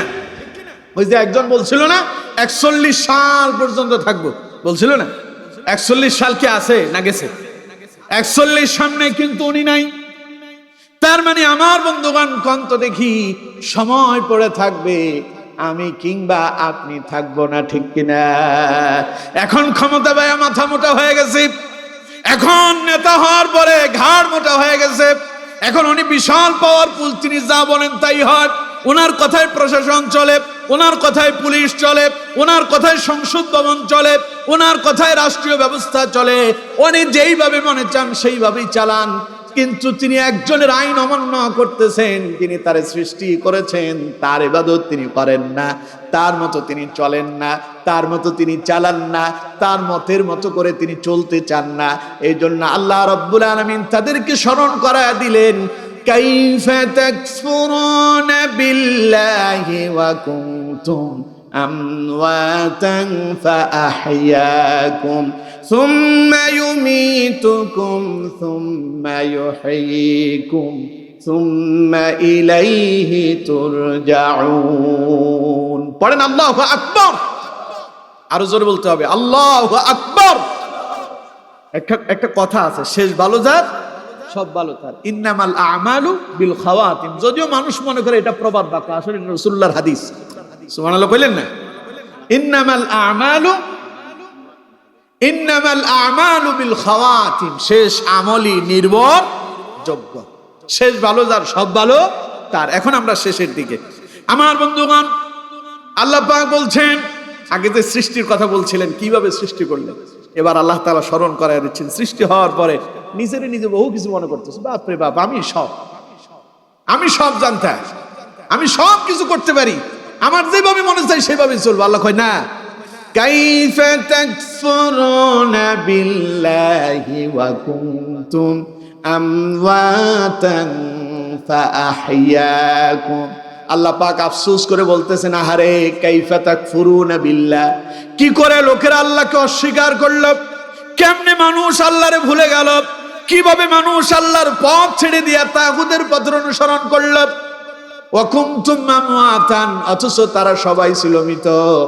ওই যে বলছিলাম, হাল আতা আলাল ইনসানি হিনুম মিনাদ দাহরি লাম ইয়াকুন শাইআম মাযকুরা। মানুষের জীবনে একটা সময় অতিবাহিত হয়েছে এমন, সে উল্লেখযোগ্য কোনো কিছুতেই পরিগণিত হতো না। তার মানে সেই নাই ছিল, সে কি ছিল? নাই ছিল। আল্লাহ তাআলা বলছেন, ওয়া কুনতুম আমওয়াতান, মানুষ ছিল মৃত। এখন মনে করেন কোন মানুষ মরে যাওয়ার পরে তারা আমরা কবরে রেখে আসি, তার মানে সে নাই, সে মরে গেছে। এর আগে আমরা যখন ছিলাম না, সবাই আমরা মৃতই ছিলাম, ঠিক কিনা? আমরা ছিলাম মৃত। ফাআহইয়াকুম, আমাদেরকে কে জীবিত করেছেন? জোরে বলেন কে? আল্লাহ রাব্বুল আলামিন বলছেন, ফাআহইয়াকুম, আমি তোমাদেরকে জীবিত করেছি। সুম্মা ইউমীতুকুম, বেশি বাহাদুরি দেখায়ো না, আবার তোমারে মরা লাগবে। আর যখন মরবা শুনে রাখো, সুম্মা ইউহয়ীকুম, এরপরে মরার পরে আবার তোমারে জিন্দা করা হবে। আগে ছিলে মৃত, আমি করছি জীবিত, এরপরে আবার মৃত্যু দেব, মৃত্যুর পরে আবার তোমার চিন্তা করব। সুম্মা ইলাইহি তুরজাউন, যেই দিন জীবিত করব সেই দিন আমার কাছে তোমার আসতে হবে। তার মানে আমরা সবার আগে ছিলাম আল্লাহর কাছে। কার কাছে? রূহের জগতে আমরা আলমে আরওয়ার ভেতরে ছিলাম, রূহের জগতে ছিলাম। সেখান থেকে আল্লাহ পাক আমাদেরকে দুনিয়ায় পাঠালেন।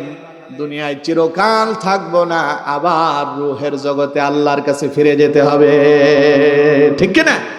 যদি ইবাদত করে যান তাহলে পাবেন শান্তিময় জান্নাত, আর ইবাদত যদি না করেন পিটুনি খায়া মরতে হবে পুড়ে জাহান্নামে। এখন আপনারা কি আল্লাহর ইবাদত করে জান্নাতে যেতে চান না জাহান্নামে যেতে চান? কোনটা? আল্লাহর ইবাদত করে জান্নাতে যেতে চান? দেখি তো কারা কারা চান, দুই হাত তুলে আল্লাহর দেখেন। লিল্লাহি তাকবীর, লিল্লাহি তাকবীর। আল্লাহ আমাদের প্রত্যেককে তোমার ইবাদত করার তৌফিক দান করো, পড়েন আমিন। আল্লাহ তুমি আমাদেরকে তোমার জান্নাতের মেহমান বানাও, বলেন আমিন। হাত নামান, আল্লাহ আমাদের হাতগুলো কবুল করুন, পড়ুন আমিন।